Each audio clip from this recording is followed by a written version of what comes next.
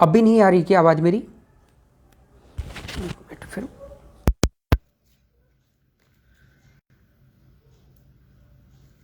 अब मैं माइक हटा करके बात कर रहा हूँ। अब बताइए मेरी आवाज़ आ रही है?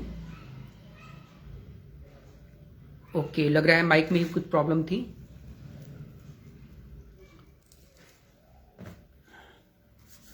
ठीक है, आप सभी को बहुत बहुत धन्यवाद जुड़ने के लिए। आज अभी तक जिन जिन को मैंने नहीं अभिवादन कर पाया, मैं उनका अभिवादन कर देता हूँ। Ankit Kumar Gunjan ji, are not audible, please see it. Yes, I have seen it and I have already removed my mic. अब पंडित शुचिवत मिश्र भृगु जी, स्वागत है, आप आ गए। अनिल शांडिल्य जी, श्रीहरि। और अब शायद मेरी आवाज़ आ ही रही होगी। दिलीप चौहान जी आज सिर्फ हाजिरी के लिए आए हैं, थोड़ा व्यस्त हैं, तो अगले लाइव में उपस्थित रहेंगे। बिल्कुल बिल्कुल, ये जो है ये वीडियो यहाँ पे कंटिन्यूस रहेगा, आप जब चाहे इसे देख सकते हैं। प्रशांत बारबिता जैन जी, आवाज़ नहीं आ रही है, अब शायद आ गई होगी। और सौरभ यादव जी, श्री राधे। बहुत सुंदर, आप सभी लोग आए हैं आज। ऐसे लोग आए हैं जो कभी आते नहीं हैं, चलिए अच्छी बात है। और हाँ, मेरी आवाज़ आ रही है? ठीक है, नहीं तो फिर बिल्कुल बढ़िया आ रही है अब आवाज़। ठीक है सौरभ शर्मा जी, बहुत बहुत धन्यवाद। श्री राधे। अजीत सिंह जी, जय माता जी की। और रिपु दमन सिंह जी, राधे। सभी लोगों को मेरी तरफ से राधे। और बहुत बहुत नव वर्ष आने वाले आंग्ल नव वर्ष की बहुत बहुत शुभकामनाएं। देखिए, मुझे गाली वाली मत दीजिएगा यहाँ पे, मैंने आपको नव वर्ष विश कर दिया इसके लिए।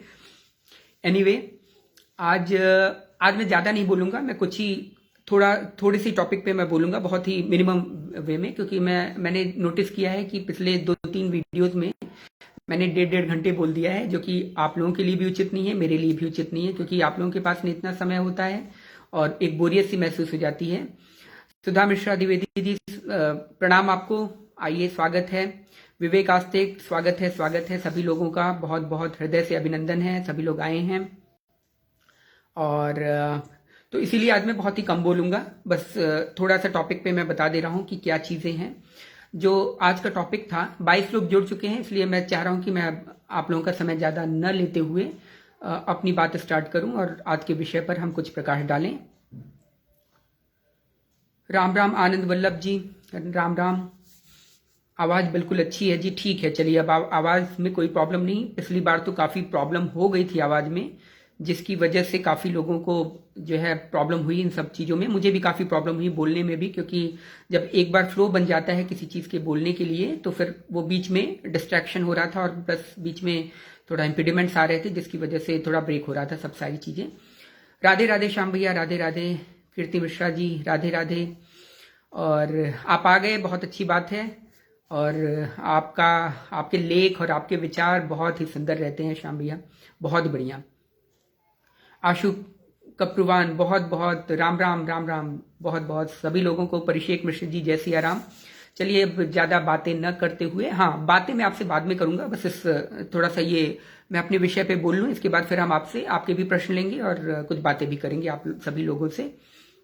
तो चलिए, आज का जो विषय था, पिछले टॉपिक में जब मैं कर्म, भाग्य, प्रारब्ध की बात कर रहा था कि कर्म और भाग्य क्या होता है और प्रारब्ध क्या होता है, और फिर मैंने बताया था कि नरक योनियां भी होती हैं और नरक भोगा जाता है एक जीव के द्वारा। तो मोहित जी का प्रश्न आया था, मोहित जी शायद अभी जुड़ नहीं पाए हैं। फिर से आवाज़ डिले होने लगी है, ओके। अब आई डोंट नो, आज तो मैंने सारे जो है अपने सिम विम सब बंद कर दिए हैं, सिर्फ अब मैं वाईफाई पे चल रहा हूँ। फिर क्यों डिले हो रही है, अब ये नहीं समझ में आ रहा है। मैं तो वाईफाई भी मेरा बिल्कुल परफेक्ट वाला है। उत्कर्ष राज, जय श्री सीताराम। अजय तिवारी जी, राम। ऋतु अरोड़ा जी, नमस्ते। आप सभी को बहुत बहुत अभिनंदन, हार्दिक धन्यवाद। चलिए, कोई बात नहीं, आवाज़ डिले हो रही है लेकिन आपके पास पहुंच रही है, यही बहुत बड़ी बात है। कम्युनिकेशन आपके तक पहुंच रहा है, आप लोग समझ पा रहे हैं मेरी बात, ये बहुत ही अच्छी बात है। तो चलिए हम टॉपिक पे शुरू करते हैं। तो मोहित जी का क्वेश्चन था कि ये आत्मा क्या होती है, और मतलब ये कौन होता है जो नार की योनियां भोगता है, क्योंकि शरीर तो यहीं छूट जाता है। तो ये क्या होता है, कौन होता है जो नरक की यातनाएं भोगता है। अब थोड़ा सा मैं आप लोगों से थोड़ा सा मैं कमेंट्स इधर कर देता हूं। मैं कमेंट्स इधर कर देता हूं सो दैट मैं डिस्ट्रैक्शन ना हो। फिर इसके बाद लास्ट टाइम में जब मैं 15 या 20 मिनट बस मैं बोलूंगा, इसके बाद फिर सभी में आप सभी लोगों के ठीक है, आवाज सही आ रही है, ओके ठीक है, thanks a lot for confirmation. ठीक है, तो अभी मैं कमेंट्स में मतलब इसको स्लाइड कर दे रहा हूं इधर। फिर 15 से 20 मिनट के बाद फिर मैं आपसे जो है आराम से एक एक करके सभी लोगों से बात करूंगा। जो भी आपके प्रश्न होंगे उनको मैं लूंगा और अपनी हम भी कुछ इधर उधर की भी बातें कर लेंगे अगर समय होगा तो। मैं ज्यादा आपका समय नहीं लूंगा। तो चलिए अब हम शुरू करते हैं। हाँ, मेरा टॉपिक था, अब मैंने इधर आपके कमेंट्स स्लाइड कर दिए हैं सो दैट कमेंट से डिस्ट्रैक्शन ना हो। तो ये एक क्वेश्चन था कि नार की योनियां जो होती हैं ये कौन भोगता है, क्योंकि शरीर तो यहीं छूट जाता है, मृत्यु के पश्चात शरीर यहीं छूट जाता है। तो ये नार की योनियों को भोगने वाला तत्व कौन सा है? या आत्मा भोगती है क्या, या शरीर भोगता है क्या? इन दोनों में से कौन भोगता है? क्योंकि अगर शरीर भोगता है तो शरीर तो हमारे यहाँ यही रह जाता है और हम उसे जला देते हैं। और आत्मा भोगती है, जो लोग बोलते हैं आत्मा भोगती है, तो क्या आत्मा भोग सकती है? क्योंकि जैसा कि गीता में कहा गया है कि भाई आनंदो ब्रह्मेति वेदानाथ, गीता में भी कहा गया है, वेदों में भी कहा गया, छांदोग्य उपनिषद में भी कहा गया है, जितने उपनिषद हैं, जितने शास्त्र हैं, सब में कहा गया है कि जो आत्मा है वो ब्रह्म का स्वरूप है। और ब्रह्म का स्वरूप, ब्रह्म परम आनंदमय है। और जब जो आत्मा अगर ब्रह्म का स्वरूप है तो वो भी आनंद में रहेगा ही रहेगा। जैसे चीनी का, आप समझिए कोई चीनी का बहुत बड़ा पहाड़ है, उसमें से अगर हम चीनी का एक छोटा सा भी भाग निकालेंगे, उसको भी हम खाएंगे, वो भी चीनी में ही लगेगा, मतलब हमें स्वीट ही नजर आएगा, स्वीट ही महसूस होगा। तो ऐसा क्यों होता है कि हम बोलते हैं कि आत्मा नरक भोग रही है? देखिए जैसा और भी कई क्वेश्चन थे, ये भी था जैसे अभी मैंने जो डाला था क्वेश्चन, उसमें ये भी था कि जैसे लोग बोलते हैं आपकी आत्मा को शांति मिले। अब भाई आत्मा तो परम शांतिमय है, क्योंकि परम शांतिमय वो भगवान का स्वरूप है आत्मा। तो उसको लोग क्यों बोलते हैं कि आपकी आत्मा को शांति मिले? क्या यह सिद्धांत गलत है, या जो है वेदों शास्त्रों में पढ़ा हुआ सिद्धांत गलत है कि आत्मा परम आनंदमय है, परम शांतिमय है? जैसे तुलसीदास जी ने, गोस्वामी जी ने कहा है अपने रामचरितमानस में, ईश्वर अंश जीव अविनाशी, चेतन अमल सहज सुख राशि। मतलब जो जीव है वह परमात्मा का अंश है, मतलब ब्रह्म का स्वरूप है, ब्रह्म का, ईश्वर का एक अंश है। और वो चेतन है, वो चेतनता प्रदान करता है जीव को। अमल है, मतलब मल रहित है, पाप रहित है। तो पाप कौन करता है, भुगाता कौन है? अब देखिए इसी पे मैं आ रहा हूं धीरे धीरे। अमल सहज सुख राशि, मतलब सहज मतलब शुरुआत से ही, क्योंकि जब से भगवान है तब से ये जीव है, तब से ये आत्मा है। तो सहज सुख राशि, और सुख की राशि है वो। तो ये भी कहा गया है। और फिर उसके बाद भगवान ने स्वयं गीता में कहा है कि ममई वांशो जीव लोके जीव भूत सनातन, कि जो जीव है वो मेरा ही अंश है। ममई वांशो, मेरा ही अंश है। एव कह दिया है, ही अंश है, भी नहीं, ही अंश है। तो जब भगवान का ही अंश है तो वो कैसे नरक की यातनाएं भोग सकता है, और उससे कैसे पाप हो सकता है? या वो जो है कैसे उसको हम बोल सकते हैं कि तुम्हारी आत्मा मर गई है, या जो है तुम्हारी आत्मा बड़ी दुखी होगी, या तुम्हारी आत्मा को जो है कभी चैन नहीं मिलेगा। आत्मा को चैन की आवश्यकता कहाँ है? आत्मा तो परम शांतिमय है, शांति स्वरूप है। तो उसको एक मिनट में देख लाता, मेरी आवाज आ रही है या नहीं? जी हाँ, अब आ रही है आवाज, ठीक है, ओके। तो कैरी ऑन करता हूं।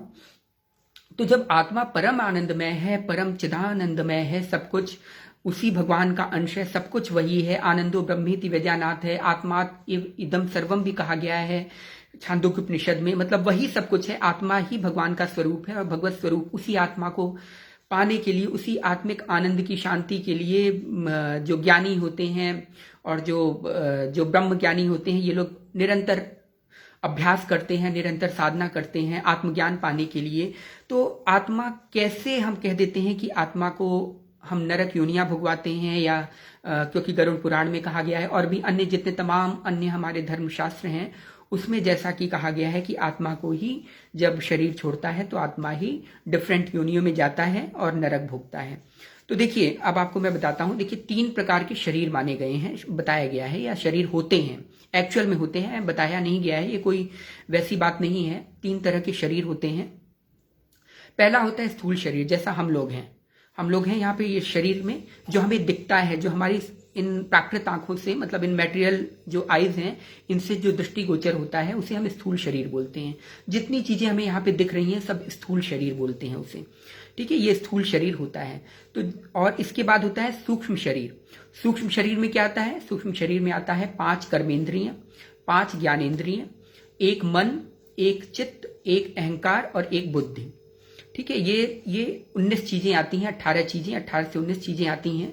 5 5 10, 5 15 और 3 4 19। ठीक है, ये इन तीनों को लेकर के, इन 18 तत्वों को लेकर के आत्मा जो है अपने शरीर से बाहर निकलती है। देखिए, आत्मा एक ऐसा तत्व है, आत्मा समझिए आप एनर्जी का फॉर्म है। Energy can neither be created nor be destroyed, जैसा कि गीता में भी कहा गया है, नैनम छिंदन्ति शस्त्राणि नैनम दहति पावक न चैनम क्लेद्यंतापो न शोष्यति मारुत। मतलब ये कहा गया है कि जो आत्मा है वह, उसको शस्त्र नहीं जला सकते, उसको कुछ नहीं कर सकते, उसको हवा सुखा नहीं सकती, उसको आग जला नहीं सकती, उसको पानी गीला नहीं कर सकता, जल गीला नहीं कर सकता। तो जब जल वल नहीं गीला कर सकता, वायु उसको उड़ा नहीं सकती और बहुत सारी चीजें उसके साथ जुड़ गई, मतलब कि उसको कोई कुछ भी नहीं कर सकता, मतलब हन्यत भी नहीं कर सकता, गीता में कहा गया, उसको 1% भी अब उसको जो है कोई दुख नहीं पहुंचा सकता। तो ये कौन है जो नरक योनियां भोग रहा है? ये कौन है जो ये सब सारी चीजें कर रहा है, जिसको हम बोलते हैं कि आत्मा मर गई, तुम्हारी आत्मा को शांति नहीं मिलेगी, या भगवान करे तुम्हारी आत्मा को शांति दे, जो हम लोग बोलते हैं ना, ईश्वर तुम्हारी आत्मा को शांति दे। तो ये क्या चीज है? जब इधर आत्मा को हम बोल रहे हैं कि परम सच्चिदानंद रूप है, आनंदमय है और शांतिमय है, तो दूसरी तरफ हम बोल रहे हैं कि तुम्हारी आत्मा को शांति मिले, या ईश्वर उनकी आत्मा को शांति दे, या जो है भगवान उनकी आत्मा को जो है धीरज प्रदान करे, या तुम्हारी आत्मा अगर न मर गई है तो ये काम कर दो।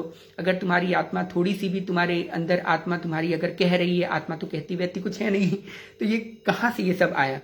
ठीक है, तो देखिए मैं बता रहा हूं, आत्मा एक प्रकार की एनर्जी है। एनर्जी मतलब जो हमें चेतनता प्रदान करती है, जो किसी भी शरीर में जाकर के चेतनता प्रदान करती है। चाहे इस शरीर में रहे, चाहे देवता के शरीर में रहे, चाहे जो अपनी भोग योनियां हैं, नारकी योनियां, उनमें भी, चाहे प्रेत योनि हो, उनमें भी चेतनता प्रदान करती है। आत्मा का एकमात्र काम है सिर्फ चेतनता प्रदान करना। इसीलिए भगवान ने कहा गया है हरि व्यापक सर्वत्र समाना, मतलब कण कण में मैं विद्यमान हूं, इसीलिए कहा गया है, क्योंकि वही चेतनता प्रदान करते हैं, वही जीव के अंदर जो आंतरिक जो चैतन्यता होती है, जिससे मनुष्य या कोई भी जीव सहने, समझने, सूंघने, समझने की शक्ति अर्जित करता है, वो सिर्फ आत्मा की देन है। बाकी का आत्मा के साथ, आत्मा कभी अकेले नहीं रहती। सबसे मेन सिद्धांत ये समझिए कि आत्मा कभी अकेले नहीं रह सकती जब तक उसकी मुक्ति नहीं हो जाती। और मुक्ति से पहले आत्मा जैसे अभी है, तो वो किसी न किसी उसको शरीर की आवश्यकता पड़ेगी। जिस शरीर की आवश्यकता पड़ती है उसे हम शरीर ही बोलते हैं। जैसे ये हमारा शरीर है, ये स्थूल शरीर है हमारा, जो हम अपनी प्राकृत मन बुद्धि इंद्रिय से ग्रहण कर पा रहे हैं, छू पा रहे हैं, हम इसको सुन पा रहे हैं, हम इसको समझ पा रहे हैं, हम इसको देख पा रहे हैं, हम इसको टच कर पा रहे हैं। तो ये सब जो चीजें हैं, हम इसको जो है जो आभास कर पा रहे हैं, उसे बोलते हैं स्थूल शरीर। लेकिन इसके अंदर भी एक और शरीर होता है, वो शरीर, उसे कहते हैं सूक्ष्म शरीर। वो सूक्ष्म शरीर क्या होता है? उस सूक्ष्म शरीर के कारण ही इस शरीर में हलचल होती है। आपने देखा होगा ना। चलिए उसके मैं आगे पहले मेन चीज टॉपिक पे आ जाता हूं।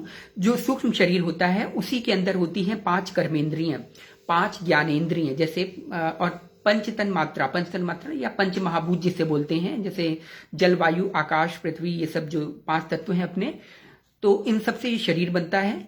इन पंच तन मात्रा को ले करके और पंच महाभूत को लेकर के, पंचतन मात्रा पंच महाभूत एक ही तत्व होता है। जैसे जो अभी मैंने बताया 5 एलिमेंट्स ऑफ द ये प्रकृति के जो 5 मेन तत्व हैं, वो होते हैं पंचतन मात्रा या पंच महाभूत। ठीक है, ये जो है सूक्ष्म शरीर के पास रहता है, और ये स्थूल शरीर के पास ये पंचतंत्र है, पंच जो महाभूत है, ये भी स्थूल शरीर के पास रहता है। और इसके बाद आता है पंच ज्ञानेंद्रिय। ज्ञानेंद्रिय मतलब आपका जो जिससे आप स्पर्श, मतलब जो जितने 5 कर्मेंद्रियां आपके, जैसे त्वचा है, छूना, स्पर्श, गंध, स्पर्श और देखना और सुनना, श्रवणेन्द्रिय, कर्णेन्द्रिय, और आपके जो है ये जो हम जेवा से रस लेते हैं, रसना इत्यादि, ये सारे जो है 5 कर्मेंद्रिय होते हैं, 5 ज्ञानेन्द्रिय होते हैं। और कर्मेंद्रिय वो होता है जिससे हम कर्म करते हैं, जैसे हाथ, पाद, गुदा, लिंग और त्वचा, ये 5 जो है कर्मेंद्रिय होते हैं जिनसे हम कर्म करते हैं, जो इसमें कर्म करने में सहायक होते हैं। जो शरीर है ये जितना हम कर्म करते हैं वो सारे कर्मेंद्रिय के थ्रू होते हैं। जितने हम कर्म करते हैं, जो उसका आभास करते हैं, जो उसकी फीलिंग करते हैं, वो होता है 5 कर्मेंद्रिय के द्वारा, ज्ञानेंद्रिय के द्वारा। वो जो ज्ञानेंद्रिय हैं उनके बगैर हम कुछ नहीं कर सकते। जैसे जब हम सोते हैं, मान लीजिए अगर वो 5 ज्ञानेंद्रिय काम न करें तो हमारी ये जो आंख है, सुंदर सुंदर आंख हम देखते हैं, कमल से नयन है, लेकिन अगर उसकी ज्ञानेंद्रिय नहीं काम कर रही होगी, मतलब उसकी जो ज्ञानेंद्रिय अगर वो नहीं काम कर रही होगी तो हम नहीं देख सकते। या मेरी बड़ी अच्छी आंखें हैं लेकिन मैं अंदर से अंधा हूं, तो आप आंखें तो देख रहे हैं, ये प्राकृत आंखें दिख रही हैं, लेकिन अंदर की जो इंद्रिय अगर वो नहीं काम कर रही है तो वो अंधा माना जाएगा। ऐसे घ्राणेंद्रिय है, मतलब सूंघने की जो इंद्रिय है, अगर वो काम नहीं कर रही है तो भले चाहे सुडौल सी नासिका हो, तोते जैसा शुक समान नासिका हो, लेकिन अगर अंदर की घ्राणेंद्रिय नहीं काम कर रही है तो उसको सूंघने का आभास नहीं हो पाएगा। ऐसे ये श्रवणेंद्रियां हैं। श्रवणेंद्रिया में क्या है कि अगर अंदर के जो है इंद्रिय हमारी काम नहीं कर रही तो बड़े हाथी के जैसे कान भी क्यों ना हो जाए, उनसे सुनने का कोई भी कार्य नहीं लिया जा सकता। बड़ी सी बड़ी चीजें आप लगा दीजिए, अगर अंदर की कानेंद्रिय काम नहीं कर रही है तो आपके ये कान जो है बेकार है। ऐसे जिह्वा है, अगर जिह्वा से आप मतलब अगर जीभ किसी के टेस्ट बड्स जो होते हैं वो खराब हो गए हों, या अंदर की जो जिह्वा की जो इंद्रिय है वो खराब हो गई हो, तो चाहे हम जितना भी कुछ कर लें, जितना अच्छा मधुर मधुर चीजें खाएं या कितनी भी दवाई कर ले, अगर हमें टेस्ट नहीं आ रहा है तो हम टेस्ट नहीं ले पाएंगे, अगर वो इंद्रिय काम नहीं कर रही। भले चाहे जीभ हमारी कितनी सुंदर हो, बहुत अच्छी सुंदर जीभ हो, लेकिन हम उससे काम नहीं कर पाएंगे। तो ये जो जितने चीजें हैं ये अंदर की इंद्रिय काम करती है और इसी इंद्रिय के बलबूते हमारा पूरा शरीर चलता है। ये इंद्रिय कौन सी है? जब हम सोते हैं, मान लीजिए सोते हैं तो हम स्वप्न में, देखिए ये सब इंद्रिय, हमारे आंखें यहीं बंद होती हैं, हमारे कान यहीं बंद हो जाते हैं। जब हम सोते हैं तो ये सारी इंद्रियां निश्चेष्ट पड़ जाती हैं। जो हमारी स्थूल इंद्रिय हैं जो हमें दिखती हैं वो निश्चेष्ट पड़ जाती है। लेकिन जब हम सोते हैं तो स्वप्न में हम सूंघते भी हैं, हम रस भी लेते हैं, हम गंध भी महसूस करते हैं, हम जो है देखते भी हैं, ठीक है, और हम सुनते भी हैं, हम आभास भी करते हैं कि हम किसी को टच कर रहे हैं, किसी ने हमें मारा तो हम स्वप्न में रोते भी हैं। तो ये जो इंद्रिय काम करती हैं ये सूक्ष्म इंद्रिय काम करती हैं। बिना सूक्ष्म इंद्रिय के स्थूल इंद्रिय काम नहीं कर सकती। सूक्ष्म इंद्रिय पे ही आधारित है स्थूल इंद्रिय। जैसे आपकी कार है, कार का ऊपर का जो पोर्शन है आप उसे स्थूल इंद्रिय ले लीजिए, और जो इंजन है उसका वो है सूक्ष्म इंद्रिय। वही सूक्ष्म इंद्रिय आपके जो है गियर हुआ, आपके क्लच हुए, आपके जो है जितनी भी चीजें हैं, आपके ब्रेक्स हुए, सब सारी चीजें वही सूक्ष्म इंद्रिय की तरह काम करते हैं। तो ये जो सूक्ष्म इंद्रिय हैं यही आपके स्थूल इंद्रिय को काम करवाती हैं। तो ये जो सूक्ष्म शरीर होता है, सूक्ष्म शरीर के पास यही होता है, सूक्ष्म इंद्रिय होता है और 5 सूक्ष्म इंद्रिय होता है और 5 ज्ञानेंद्रिय होता है, 5 कर्मेंद्रिय, इनके साथ निकल करके ये और एक मन होता है, एक बुद्धि होता है, एक चित्त होता है, एक अहंकार होता है। इन सबके साथ जब शरीर कोई स्थूल शरीर को छोड़ता है, कोई मरता है, तो यह शरीर इन्हीं के साथ 18 तत्वों के साथ जो है शरीर छोड़ती है साथ लेकर के। क्योंकि आत्मा, मैंने पहले भी बताया एक सिद्धांत कि आत्मा बिना शरीर के नहीं रह सकता, बिना शरीरी के नहीं रह सकता। आत्मा जब भी रहेगा, किसी भी योनि में रहेगा, वो शरीर के साथ ही रहेगा। आत्मा अकेले नहीं रहती। जो हम बोलते हैं भूत प्रेत आत्मा आ गई, बुरी आत्मा है, आत्मा नहीं होती है। ये सूक्ष्म शरीर होते हैं, ये प्रेत योनियां होती हैं। मतलब योनियां कैसे होती हैं? इनके पास भी सब कुछ होता है, सारी सूक्ष्म इंद्रियां होती हैं, लेकिन प्रेत योनियों में ये होता है कि ये अधोगति होती है इनकी। तो जिन्होंने तामसिक जीवन में पूरा तामसिक दिनचर्या बिताया है तो मरने के बाद उनकी यही दुर्गति होती है, या तो उन्हें प्रेत योनि मिल जाती है, मतलब उनको शरीर नहीं मिलता, उनको स्थूल शरीर नहीं मिलता। मतलब ये जो शरीर होती है, भोग योनि हो, चाहे कुत्ता बिल्ली गधा मच्छर वायरस कुछ भी हो, उसको ये शरीर नहीं मिलता, या देवताओं का शरीर नहीं मिलता, उसको सूक्ष्म शरीर में ही रहने दिया जाता है। उसमें क्या होता है, इसीलिए हम उसे बोलते हैं प्रेत योनि या पिशाच योनि या जो भी योनि, या यक्ष, या ऐसे कह दीजिए, या राक्षस बोल दीजिए। इन सब की योनियां हम इसीलिए इनको उस तौर पे बोल देते हैं। हालांकि ये सूक्ष्म शरीर होते हैं, आत्मा नहीं होते। आत्मा कभी अकेले नहीं रह सकती। तो ये जो सूक्ष्म शरीर होते हैं इनको भूख प्यास भी बहुत तेज लगती है। जैसे हमें लगती है भूख प्यास, उसी तरह इनको जो प्रेत योनियां होती हैं इनको प्यास बहुत ज्यादा लगती है। प्यास भी लगती है, धूप भी लगता है, ये हर चीज को ग्रहण करते हैं। मतलब जितने आपके सूर्य हैं, चंद्र की रोशनी, चंद्रमा की रोशनी, सारी चीजें, जितने जो दैविक ताप हैं वो सब इन लोगों को महसूस होता है।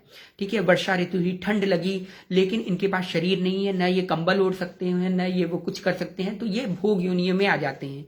मतलब ये जो है प्रेत योनियां या राक्षस योनियां, या जिन्हें भटकोगे, भटकोगे का अर्थ यही है कि इतना दुख पाओगे और उसका निदान करने में असक्षम रहोगे। जैसे हम निदान कर लेते हैं, भाई हमें ठंड लगी, हमने तुरंत स्वेटर वेटर पहना, कंबल उम्बल ओढ़ लिया, सारी चीजें कर ली, आग जला लिया, ताप लिया। इनके पास क्या होता है, ये इनको बहुत तेज प्यास लगी, हमने तो पानी पी लिया, लेकिन ये जो सूक्ष्म शरीर होते हैं, सूक्ष्मधारी शरीर, जिन्हें पिशाच या आप समझिए या भूत प्रेत कह देते हैं, इनको बहुत प्यास लगी, ये इनको पानी पीने का अधिकार नहीं है, बिल्कुल भी अधिकार, इनको अन्न जल ग्रहण करने का अधिकार नहीं है। कब तक? जब तक हम स्वयं इनको जल न ग्रहण करने, मतलब इनको साक्षी मान के जल हम इनको न दें। आपने सुना होगा कि हम जो है जब ये पितृ का समय आता है, पितरों का समय आता है, पितृ पूजन जब होता है, तब हम उनको जल ग्रहण करवाते हैं, उनके लिए आटे की लोइयां बनाते हैं और ये सब करते हैं। तो ये हम उनके लिए, देखिए स्थूल चीजें नहीं ग्रहण कर पाएंगे, लेकिन अन्न के अंदर जो न्यूट्रिएंट्स हैं वो उनको ग्रहण कर लेंगे। लेकिन कब ग्रहण करेंगे? जब हम उनके नाम से उनको प्रेषित करेंगे, तब। ऐसे नहीं ग्रहण करेंगे कि जो है मतलब हमने कर दिया तो ग्रहण कर लिया, या उनको उन्होंने डायरेक्ट खा लिया। जैसे जो देवता होते हैं, जब हम उनको यज्ञ करते हैं, भविष्य जब डालते हैं, यज्ञों के द्वारा जब उनको जो है समिधा वगैरह देते हैं, तब ये जो देते हैं तो ये तो जल जाता है, लेकिन उनका जो न्यूट्रिएंट्स होता है वो धूम्र के माध्यम से वो देवताओं को पहुंचता है। देवताओं का भी शरीर सूक्ष्म होता है, लेकिन उनका शरीर दिव्य हो जाता है। मतलब ना उनको भूख लगेगी, ना उनको प्यास लगेगा, वो सदा आनंदमय रहेंगे। वैसा वाला आनंदमय नहीं, वो ब्रह्मलोक वाला आनंदमय नहीं, दूसरी तरह का आनंदमय। उनके शरीर से दिव्य सुगंधी रहेगी, और वो अपना रूप छोटा बड़ा सब कुछ, ये सारी चीजें उनके पास होती हैं, सब चीज कर सकते हैं। वो सुख भोगते हैं, सुख मतलब स्वर्ग लोक के सुख को आभास करते हैं। मतलब जो अच्छे काम करता है, जैसे सतोगुणी प्रवृत्ति वाला व्यक्ति है, अगर उसने सतोगुणी सम्यक ये कर्म किया होगा तो उसे देवताओं की योनि मिलती है। जिन्होंने रासिक प्रधान गुण किए होते हैं उनको मृत्युलोक मिलता है। मृत्युलोक का मतलब हम जैसे मनुष्य हुए, या जो है गधा बिल्ली सुअर गधा, ये सब होते हैं। और जो तामसिक योनि होती हैं, तामसिक योनियां होती हैं भूत प्रेत पिशाच वाली।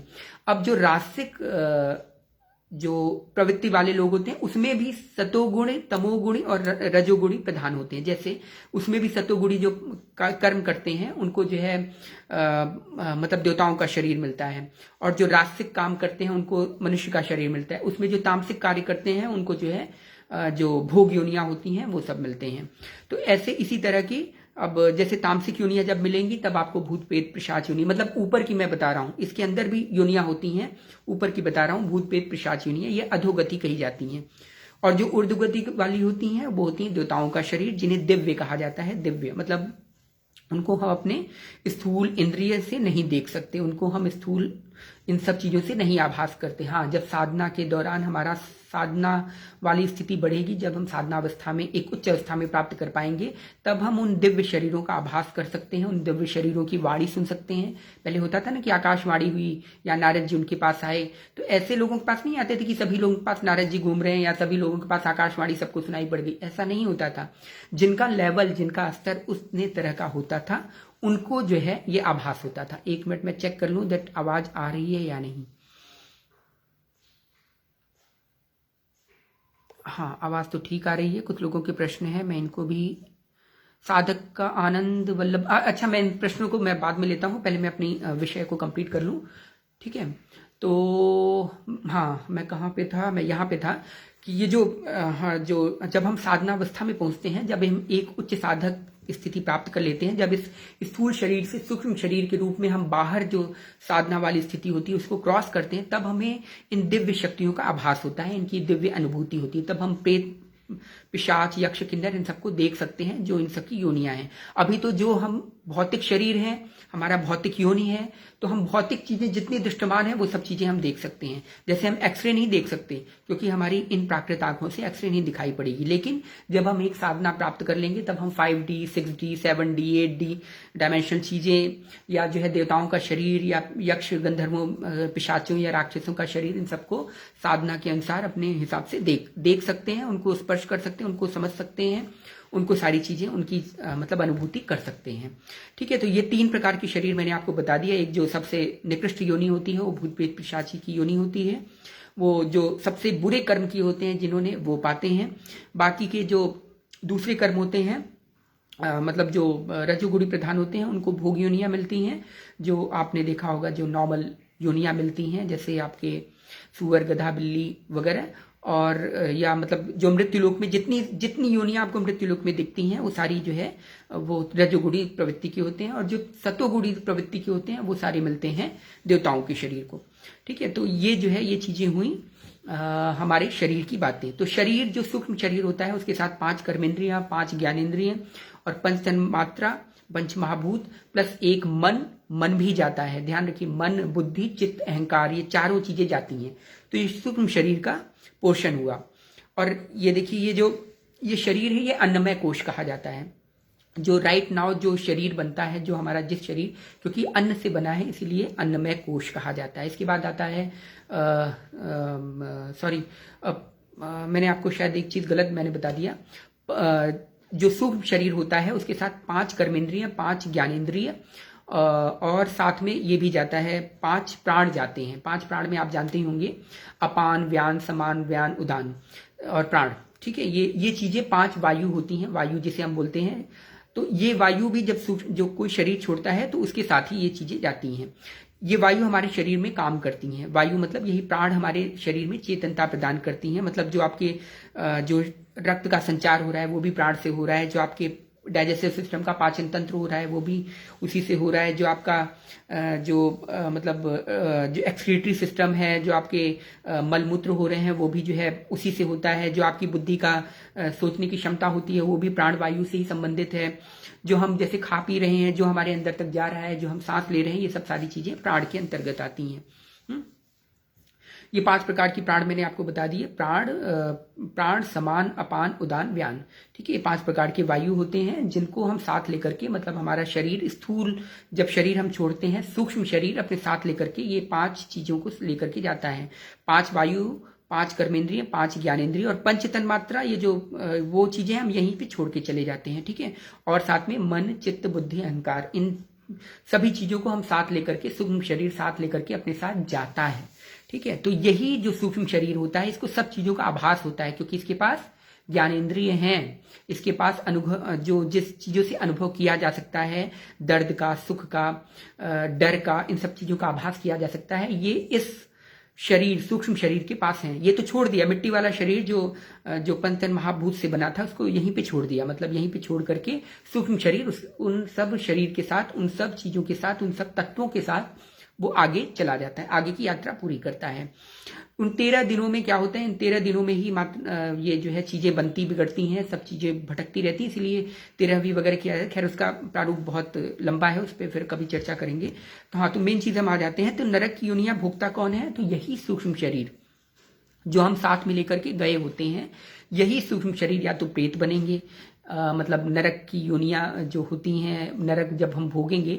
और ये नरक कौन सी होती हैं? जो नरक हमें बताए गए हैं, जो 28 प्रकार के, 27 प्रकार के नरक और कुछ 33 प्रकार के भी नरक बताए गए, कुछ 7 प्रकार के भी नरक बताए गए। मतलब कुल मिलाकर के मोटा मोटी आप समझ लीजिए 28 प्रकार के नरक बताए गए हैं, 27 प्रकार के।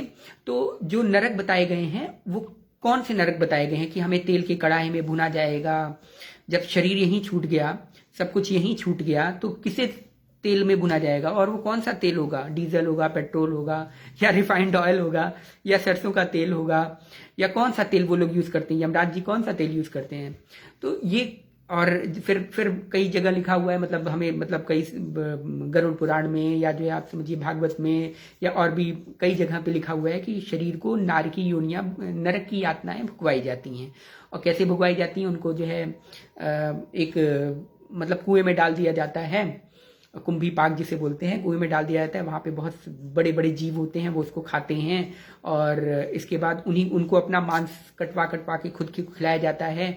उनको भूख प्यास लगती है तो उनको अपना मांस कटवा के खुद खिलाया जाता है। अब सोचिए, मांस तो हमने यहीं छोड़ दिया है, पृथ्वी पर ही छोड़ दिया है, जमीन पर, और उसको जला भी दिया गया, हमारे लोगों ने जला भी दिया। ठीक है, तो ये कौन सी जो है, ये कहाँ का मांस है जो हम खाएंगे? मतलब हम तो, मांस तो ऊपर तो रहता ही नहीं, क्योंकि हम तो सूक्ष्म शरीर में हैं। तो ये कहाँ से आई ये बात कि जो है हमें जो है शरीर में, मतलब हमारे शरीर को पकौड़ों की तरह तलवाया जाएगा, या जो है पहाड़ों से गिराया जाएगा, बड़े बड़े खंजर से भुकवाया जाएगा, हाथी से चिरवाया जाएगा, और बहुत तरह तरह की बातें हैं। और बड़े बड़े जो है पेड़ों से जो है हमें लटका करके फिर खींच दिया जाएगा, फिर सूली पर चढ़ा दिया जाएगा, मतलब और बड़े बड़े शूलों से, त्रिशूलों से यमराज यम के दूत जो है हमें मारते हुए, हमारे शरीर को विदीर्ण करते हुए आते हैं, लेकिन हमारी मृत्यु नहीं होती। अब यहाँ पकड़िए, हमारी मृत्यु नहीं होती, ठीक है, सारे हमें दुख मिलेंगे, हमारी मृत्यु नहीं होती। तो ये क्या चीज है, कौन से तेल में तलवाया जाता है? देखिए, जैसा मैंने हर बार बताता हूं, जो चीज हमारी समझ से बाहर होती है या जो चीज हम अपने प्राकृत मन बुद्धि इंद्रिय से नहीं समझ सकते, उन चीजों को समझाने के लिए जो संत महापुरुष होते हैं वो तरह तरह के प्रतीकों का आलंबन लेते हैं या उनका सपोर्ट लेते हैं या उनकी सहायता लेते हैं, ताकि हमारे मन बुद्धि चित्त में, हमारे मन बुद्धि में समझ में आ जाए, हृदय में समझ में आ जाए कि इससे हमें किस प्रकार की योनियां भोगनी पड़ेंगी, हमें किस प्रकार की यातनाएं भोगनी पड़ेंगी। अब मैं आपको बताऊं कि जो है मतलब मैं कैसे बता सकता हूं उस चीज को, सिर्फ मैं ही जानता हूं, मतलब जो आप तो महापुरुष हैं वही जानते हैं कि नरक की यातनाएं क्या होती हैं, या तो जो नरक की यातनाएं भोग रहा है वो जानता है, न वो आपको आके बता सकता है क्योंकि वो तो नरक की यातनाएं भोग रहा है, और न वो महापुरुष आपको आके बता सकता है। क्यों? क्योंकि महापुरुष ने जो महापुरुष जानता है वो तो अपने दिव्य मन, दिव्य इंद्रिय, दिव्य सब कुछ इसका दिव्य हो चुका है, इसकी वजह से वो नरक की यातनाएं समझ सकता है। लेकिन हम कैसे समझेंगे? इसीलिए हमें उसको सरलीकरण रूप में, बिल्कुल इजीएस्ट वे में बताने के लिए हमें ये बता दिया गया कि जैसे जिस प्रकार, ये ध्यान रखिए, आप कोई भी चीज पढ़िए उसमें संस्कृत में लिखा हुआ है कि जिस प्रकार, जैसे आप जब कढ़ाई में, मान लिया आपका यही वाला स्थूल शरीर जिस प्रकार कढ़ाई में तला जाएगा, भुना जाएगा, या जिस तेल में कढ़ाई में तला जाता है, जिस प्रकार का दुख और जिस प्रकार का आपको पीड़ा महसूस होती है, जिस प्रकार की पीड़ा आपको महसूस होती है, उसी प्रकार की पीड़ा, हालांकि उससे कई गुना की पीड़ा जो है वो सूक्ष्म शरीर भुगता है। लेकिन वो स्थूल शरीर को द्योतक मान करके, मतलब उसको एक तरीके से एग्जाम्पल बना करके उसको समझा रहे हैं, जो मतलब किसी को, जिसको भी बता रहे हैं उसको समझाने के तौर पे बता रहे हैं कि देखो इसी तरह की, क्योंकि अभी तुम वो चीज नहीं समझ पाओगे कि कैसा दुख मिलता है, हमें डिफरेंट प्रकार के पाप करने से कैसा दुख मिलता है वो नहीं समझा पाएंगे। तो इसीलिए हमें तरीकों से, प्रतीकों के माध्यम से समझाया जाता है। केमिस्ट्री में हम बॉन्डिंग समझते हैं ना, ये इलेक्ट्रोवैलेंट बॉन्ड है, ये कोवैलेंट बॉन्ड है, एंड ये केमिकल बॉन्डिंग को कैसे समझाया जाता है? दो बॉल लिया जाता है, बॉलों को क्या बोला जाता है? एटम है। ये क्या वो सच में एटम है? एटम नहीं है, वो बॉल है। अब एटम तो आपको दिखा नहीं सकते, वो एटम को देख नहीं सकते, फिर आपको समझाएंगे कैसे? इसीलिए बॉल को प्रतीक बनाते हैं कि देखो ये इस तरह का होता है एटम, फिर उनके बीच में एक डंडा घुसा देते हैं, ऐसे करके ऐसे करके, ऐसे बोलते हैं ये बॉन्डिंग है इनकी, उस डंडे को बोलते हैं यही बॉन्डिंग है। अब क्या वो डंडा बॉन्डिंग है? नहीं, वो डंडा बॉन्डिंग नहीं, वो प्रतीक बता रहे हैं कि इसी तरह की बॉन्डिंग होती है। तो अब आप समझिए, इसी प्रकार का जो दुख होता है, जितने अभी 27 प्रकार के 28 प्रकार के नरक हमें बताए गए हैं, उसमें जिस प्रकार की आपको जितना वर्णन किया गया है, जिस प्रकार का दुख आप उसको महसूस कीजिए, उससे अनंत गुना दुख हमें वो मिलता है उस नारकीय, जब हमें नरक भुगवाया जाता है। और नरक कैसे भुगवाया जाता है? यही सब चीजें होती है। स्थूल शरीर को छोड़ करके जब हम सूक्ष्म शरीर जाते हैं, तो इन्हीं कर्मेंद्रिय, इन्हीं ज्ञानेंद्रिय और इन्हीं प्राणों को, मतलब जो कर्मेंद्रिय, इन्हीं जो सूक्ष्म शरीर बना हुआ है, यही सूक्ष्म शरीर भोगता है। यही सूक्ष्म शरीर पीड़ा पाता है, बहुत चिल्लाता है, रोता है, गाता है। लेकिन सूक्ष्म शरीर का क्या है? इस पंचतन महाभूत को तो खत्म हो जाता है, लेकिन सूक्ष्म शरीर नहीं मरता। सूक्ष्म शरीर कभी नहीं मरता, वो तब तक नहीं मरेगा जब तक आपकी मुक्ति नहीं हो जाती। अब मुक्ति कैसे होगी? वो मोक्ष वाली मुक्ति है, सालोक्य, सारोप्य, सामीप्य, शास्त्रीय और सायुज्य, ये सब जो है मुक्तियां हैं। तो ये मुक्ति कब होती है? जब आप मतलब साधना के तौर पे जिस प्रकार की मुक्ति के लिए आपने प्रार्थना किया होता है भगवान से, उस प्रकार की मुक्ति जब आपको देते हैं साधना तौर पे, तो वो कारण शरीर रह जाता है, सिर्फ कारण शरीर। जब वो कारण शरीर आनंदमय कोश, अब मैं ज्यादा डिटेल में नहीं लेके जाना चाहता क्योंकि बहुत शॉर्ट में मैं आपको समझाना चाह रहा हूं, नहीं तो मैं पांचों फिर आपको कोश भी समझाता कि पंचकोश क्या होता है। तो जो आनंदमय कोश जो कारण शरीर होता है, जब उसका खत्म हो जाता है, जब वो खत्म हो जाता है, 3 तरह के शरीर मैंने आपको बताया ना, पहला तो स्थूल शरीर, दूसरा सूक्ष्म शरीर जिसमें सब जो है सब लोग भोगते हैं, अपने कर्मों को भोगते हैं, आप समझिए जैसे देवताओं का शरीर हुआ, जैसे प्रेत योनियां हुआ, या जो है जो नरक या स्वर्ग की जो योनियां हम लोग भोगते हैं, योनियां नहीं, जो हम कष्ट या सुख भोगते हैं, नरक में चाहे कष्ट भोगें और स्वर्ग में चाहे सुख भोगें, वो जो है वो सूक्ष्म शरीर है। ठीक है। और एक होता है कारण शरीर। सूक्ष्म शरीर के अंदर एक कारण शरीर रहता है। जी हाँ, सूक्ष्म शरीर के अंदर एक कारण शरीर रहता है। वो कारण शरीर, वो और वही कारण शरीर जो है उसी को हम लोग एक तरीके से आत्मा भी बोल सकते हैं, मतलब दूसरे तौर से आत्मा बोल सकते हैं, लेकिन वो एक्चुअल आत्मा नहीं है। उस कारण शरीर के अंदर मेन जो तत्व होता है, जो मेन तत्व होता है, जो परमात्मा का अंश होता है, ईश्वर अंश, जीव अविनाशी जिसे बोला गया है, वो विद्यमान रहता है। जो कारण शरीर को भी चेतनता प्रदान करता है, वही आत्मा होती है। यही कारण शरीर हम क्या होता है कि जब ये सारे शरीर हट जाते हैं तो कारण शरीर, जब महाप्रलय के समय सूक्ष्म शरीर का भी खत्म हो जाता है, सूक्ष्म शरीर का भी देह खत्म हो जाता है। तो महाप्रलय के समय भगवान कारण शरीर को, पूरे जीवों का कारण शरीर लेकर के अपने में समा करके वो प्रलय, महाप्रलय कर देते हैं। लेकिन जब मुक्ति करते हैं, जब ये सालोक के सारूप पे सामिप्य सायुज्य साष्टी, ये जो मुक्तियां आती हैं, तो ये जो मुक्तियां आती हैं, तो इन मुक्तियों के समय ये भी कारण शरीर खत्म हो जाता है। इस कारण शरीर जब खत्म होता है तब उसे बोलते हैं ये मुक्ति हो गई या इसे मोक्ष मिल गया, क्योंकि अब इसे कोई आभास नहीं है, कुछ नहीं है, ये कारण शरीर इसका खत्म हो गया। तो इतनी बड़ी मुक्ति होती है, मतलब हमें इतना लेवल हमें क्रॉस करना पड़ेगा, तब जाकर के हम कारण शरीर पे पहुंच पाएंगे। तो 3 प्रकार की शरीर मैंने आपको बताया। पहला स्थूल शरीर जो हम है, दूसरा सूक्ष्म शरीर जिसके साथ जो है मन बुद्धि इंद्रिय चित्त अहंकार ये सब सारी चीजें जाती हैं, और कारण शरीर वो होता है जैसे जो मन बुद्धि चित्त अहंकार को जो क्रॉस कर जाता है, प्रकृति को भी क्रॉस कर जाता है, अहंकार को भी क्रॉस कर जाता है, वो कारण शरीर में आ जाता है। लेकिन अब पर भी मुक्ति नहीं, वो आत्मज्ञानी हुआ है अभी। खैर चलिए, मैं बहुत ज्यादा डीप में जा रहा हूं, इतना डीप नहीं जाना चाहिए। आत्मज्ञानी और ब्रह्मज्ञानी की बातें बाद में करेंगे। तो कारण शरीर का मैंने बता दिया, कारण शरीर पे आपको नहीं जाना, मेन चीज है अभी सूक्ष्म शरीर पकड़िए। सूक्ष्म शरीर वही जिसमें हमें यातनाएं भुगवाई जाती हैं, या जो है स्वर्ग या नरक की यातनाएं भुगवाई जाती हैं। नरक में जो हमें, जितनी हमें नरक की योनियां बताई, नरक के जो श्रेणियां बताई गई हैं, 28 प्रकार के नरक जो बताए गए हैं, जितने भी जो बताए गए हैं, उनकी जो वर्णन है, जो विस्तृत, आप उसे पढ़ेंगे कि ऐसा ऐसा किया गया है, कृमि द्वारा कटवाया जाएगा, उसमें बहुत सारे सांप होते हैं, कुएं में ढकेल दिया जाएगा, उसमें बहुत सारे जीव होते हैं जो आपके शरीर को नोच नोच के खाएंगे और आप मरेंगे नहीं।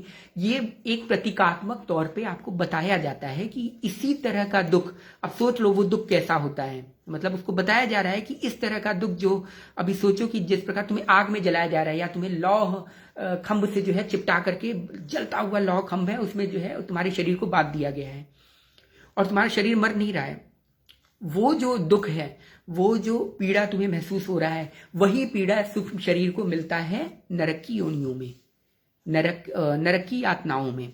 जो नरक की श्रेणियां हैं, ये सब चीजें बताई जाती हैं, मतलब उनको प्रतीक के माध्यम से आपको बताया जाता है। कुछ चीजें हमें नहीं समझ में आती, जैसे छोटा सा बच्चा है, अगर वो कुछ ऐसी चीजें पूछ देता है तो हम उसे छोटी चीजें बात में समझा देते हैं, अरे ये देखो बेटा, इस तरह पहाड़ कितना बड़ा है बेटा, इतना बड़ा पहाड़ होता है, इतना बड़ा पहाड़, अपने हाथों से बताते हैं। जब तक उसने पहाड़ नहीं देखा होगा तब तक वो नहीं समझ पाएगा कि पहाड़ कितना बड़ा। आपको बस ऐसे ही बताना पड़ेगा, हाथ से करके, बहुत बड़ा होता है बेटा पहाड़, बहुत बड़ा पेड़ होता है।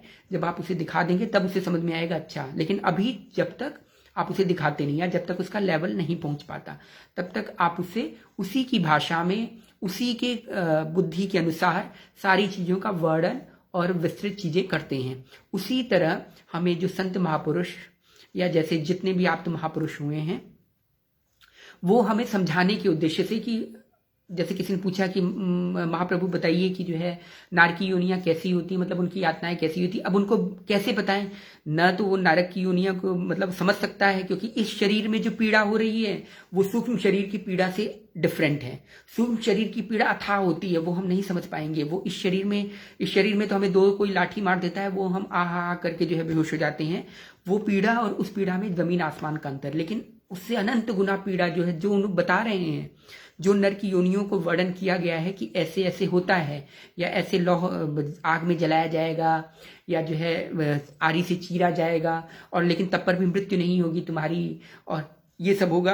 ये सब क्या है, मतलब आरी से जो चीरा जा रहा है, जो पीड़ा तुम्हें महसूस हो रही है चीरते वक्त, लेकिन तुम्हारी जो है मृत्यु नहीं हो रही, जो पीड़ा महसूस हो रही है, जो पीड़ा आपको फीलिंग में आ रही है, वही पीड़ा, उसी तरह की पीड़ा सूक्ष्म योनि में या सूक्ष्म शरीर को महसूस होता है, नरक की योनियों में महसूस होता है। अब जैसे आपको कोई बताए कि देवताओं के पास इतना आनंद है, मतलब वो इतने आनंद में रहते हैं, लोग कहते हैं कि वो दिन भर अप्सराओं का डांस देखते हैं। मतलब मूर्खता की एक पराकाष्ठा। मतलब चलिए खैर ठीक है, अब भागवत वगैरह ने इस तरह बताया भी है, मतलब समझाने के उद्देश्य से, तो जो है उन्होंने बता दिया है। उनको बताने का एक तरीका है कि वो अप्सराएं और इंद्रियां दूसरी होती हैं, वो इंद्र दूसरे हैं, वो चीजें दूसरी होती हैं, वो सूक्ष्म शरीर समझ पाएगा। वो जब हम देवता बन जाएंगे तब हमें समझ में आएगा कौन सी अप्सरा डांस करती हैं या किसका डांस इंद्र देखते हैं, या जो ये सब चीजें क्या होती हैं। तो वो सब प्रतीकों के माध्यम से ये सब चीजों को समझाया जाता है। ऐसा नहीं होता कि जो है ऐसा हो गया, या हनुमान जी ने सूर्य को जो है मुंह में रख लिया, या जो है उस स्त्री ने कह दिया कि अब तुम सूर्य में तुम्हें जो है तुम उदित नहीं होगे, मैं तुम्हें रोक दूंगी। ये सब चीजें प्रतीकों के माध्यम से समझाया जाता है ताकि जो है हम समझ सकें। तो सूर्य तो कभी रुकेगा नहीं, क्योंकि अगर सूर्य तो चलता बलता तो है नहीं, सूर्य अगर रुकेगा तब तो भाई सारी चीजें ही गड़बड़ हो जाएंगी। सूर्य तो एक ही जगह रहता है, वो तो पृथ्वी है जो घूमती रहती है सूर्य के चारों ओर, रोटेशन, रेवोल्यूशन प्लस रोटेशन करती है, रोटेशन करती है, तब जाके हमें सूर्य दिन और रात दिखाती है। तो जब अगर हम सूर्य को रोक देंगे, आप समझिए सूर्य को रोक रहे हैं, तो इट मीन्स कहने का अर्थ है कि पृथ्वी को हमने रोक दिया, पृथ्वी का रोटेशन रुक गया, पृथ्वी का रोटेशन रुक गया, तब उसकी गुरुत्वाकर्षण शक्ति खत्म हो गई, गुरुत्वाकर्षण शक्ति खत्म हो गई, पूरी सृष्टि का विनाश हो गया। तो ये सब चीजें कहने के उद्देश्य से बनाई जाती हैं, प्रतीकात्मक तौर पे हमें समझाई जाती हैं ताकि हम इनसे समझ सकें। देखिए शास्त्रों के जो अर्थ होते हैं बहुत गहन होते हैं, बहुत गूढ़ होते हैं। उसको साधारण बुद्धि से समझेंगे तो हो गया काम, तमाम हो गया, आप नास्तिक बन के निकलेंगे और औरों को भी भ्रष्ट करेंगे। जो आजकल जैसे कथावाचक है ना, आप उनको सुनेंगे, बुद्धि का ऐसी तैसी हो जाएगी। बस आप उनसे भगवान की लीलाएं सुन लीजिए, इसके आगे उनसे सैद्धांतिक बातें अगर सुननी हो तो अपने कान तुरंत बंद कर लीजिए, क्योंकि अगर उनसे सिद्धांत की बातें सुनेंगे सब गुड़ गोबर हो जाएगा। आपको ऐसी ऐसी बातें बताएंगे कि आपका भी दिमाग भन्ना जाएगा, ये क्या बोल रहा है भाई, ये तो मतलब बिना तार्किक अतार्किक चीजें बोल रहा है। तो जो चीजें हैं शास्त्रों और जितने अपने शास्त्र हैं, जितने महापुरुषों द्वारा जितने ग्रंथ लिखे गए हैं, उन सब ग्रंथों का विवेचन सिर्फ और सिर्फ महापुरुषों से सुनिए, या महापुरुषों के अंतर्गत होकर के उन शास्त्रों का अध्ययन कीजिए। किसी भी ऐरे गहरे नत्थू खैरे के अंतर में आप अगर ने शास्त्र या वेदों का आपने अध्ययन कर लिया तो हो गया सब गुड़ गोबर, आपको कुछ नहीं मिल पाएगा। फिर आप भी यही कहेंगे कि कड़ाही में तला जाता है और फिर उसकी पकौड़ी बनती है, उसका समोसा बनता है, उसका ये होता है।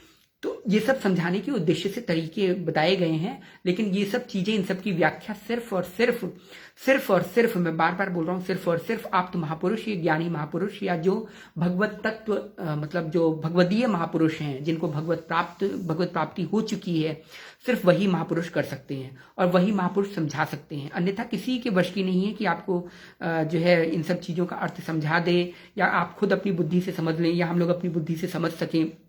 ये असंभव है। आप चाहे करोड़ों वर्ष भी जन्म लेकर के वेदों शास्त्रों का अध्ययन करते रहे ना, आप तब पर भी वेदों शास्त्रों की बातें नहीं समझ पाएंगे जो उनमें गूढ़ निहितार्थ है। तो बहुत सारी चीजें ऐसी होती हैं जिनको जो है हमें समझना पड़ता है। तो हम जो है सिर्फ शब्दों पे जाकर के उसका हम जो है आगे आकर के हम तर्क और वितर्क करने लगते हैं, नहीं उसमें ऐसा लिखा है, नहीं ये देखो उसमें ऐसा लिखा है, हम ले आकर के उसकी बातें सामने रखते हैं।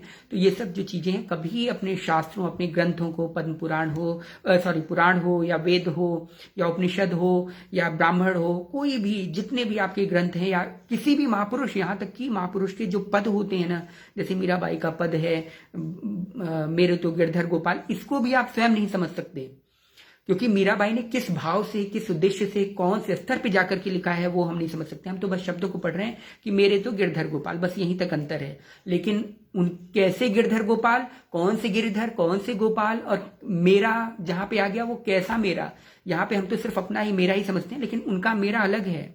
आप समझ रहे हैं ना। जैसे हे भगवान, मैं आपको अपना मन बुद्धि सब कुछ समर्पण करता हूं, मैं ही आपका हूं, बस हम ये कह के मंदिर में चले आते हैं। लेकिन जिस महापुरुष ने ये लिखा होगा, त्वमेव माता च पिता त्वमेव विद्या, ये जो चीजें लिखी हैं, जिस महापुरुष ने लिखा होगा उससे पूछेंगे, तब आप कहेंगे अरे इसमें तो पूरा, इस शब्द को अगर किसी ने साध लिया या साधना कर लिया तो सीधे भगवान की प्राप्ति हो जाएगी, भगवत प्राप्ति हो जाएगी। लेकिन हम इसे नहीं समझते, हम तो बस मंत्र बड़बड़ा करके मूर्ति के सामने चले आते, मूर्ति के सामने, भगवान के सामने नहीं। अगर भगवान के सामने कहते तो अब तक तो हमारा उद्धार हो चुका होता, हम मूर्ति के सामने बड़बड़ा के चले आते हैं। तो यही सब चीजें, हमें इन सब चीजों को समझने की आवश्यकता है। कभी भी अपने ग्रंथों को, अपने वेदों शास्त्रों को किसी भी कथावाचक से तो न पढ़ें। मैं बार बार निवेदन कर रहा हूं, किसी भी कथावाचक, सिद्धांत, ध्यान से, सिद्धांत जो है वो किसी भी कथावाचक से न पढ़ें, मतलब न सुने न ग्रहण करें। हाँ, भगवान की लीलाएं हैं, ठीक है, कीर्तन है, रसनाम है, उनको आप कथावाचकों से ग्रहण कर सकते हैं, लेकिन कथावाचकों से आप सिद्धांत की अपेक्षा करें कि वो आपको सिद्धांत समझा देंगे, गूढ़ तत्व समझा देंगे, भगवत विषयक चीजें समझा देंगे, तो वह असंभव है, असंभव है। हाँ, अगर वो कथावाचक एक स्वयं आप्त महापुरुष है, भगवदीय महापुरुष है, भगवत प्राप्त महापुरुष है, या इन सत्य रज तम, इन तीनों तत्वों से परे है, इन मतलब त्रिगुणमयी माया से परे है, वो आपको समझा सकता है, वो आपको कीर्तन भी अच्छा सा करा सकता है, वो सारी चीजें करा सकता है। लेकिन बाकी के अन्य लोग आपको बस जो है नाम ही नाम, जो शब्द है आपको शब्दों की व्याख्या कर देंगे, उसका गूढ़ार्थ, उसका भावार्थ, उसका जो है जो अन्यान अर्थ है वो आपको नहीं समझा पाएगा। तो इसलिए इन सब चीजों को आप समझिए। बाकी का और क्या था, हाँ, बाकी का यही सब चीजें हैं। मैंने जो आपको बताया कि नरक की योनियां सिर्फ सूक्ष्म शरीर भोगता है, और बाकी का जो स्थूल शरीर होता है वो यही रह जाता है। और कारण शरीर की बाद में हम बात करेंगे, क्योंकि कारण शरीर बहुत विस्तृत है और मैं आपका समय नहीं लेना चाहता, लेते होते होते भी मैंने लगता है बहुत ज्यादा बोल दिया। तो चलिए, अब मुझे लगता है अब आपको समझ में आ गया होगा कि नरक की योनियां क्या होती हैं, मतलब नरक की यातनाएं हम क्यों कहते हैं, गरुड़ पुराण में ऐसा क्यों लिखा गया है, या जो है सूक्ष्म शरीर क्या होता है, ठीक है, और स्वर्ग की आनंद कौन उपभोग करता है। अब हम आप लोगों के विषय में, मतलब आप लोगों की ये सब बातें ले लेते हैं, ठीक है। हाँ, अब हम आते हैं, बार बार ऊपर चला जा रहा है। आनंद वल्लभ जी का एक क्वेश्चन आया था, कहाँ गया, ये बार बार ऊपर चला जा रहा है।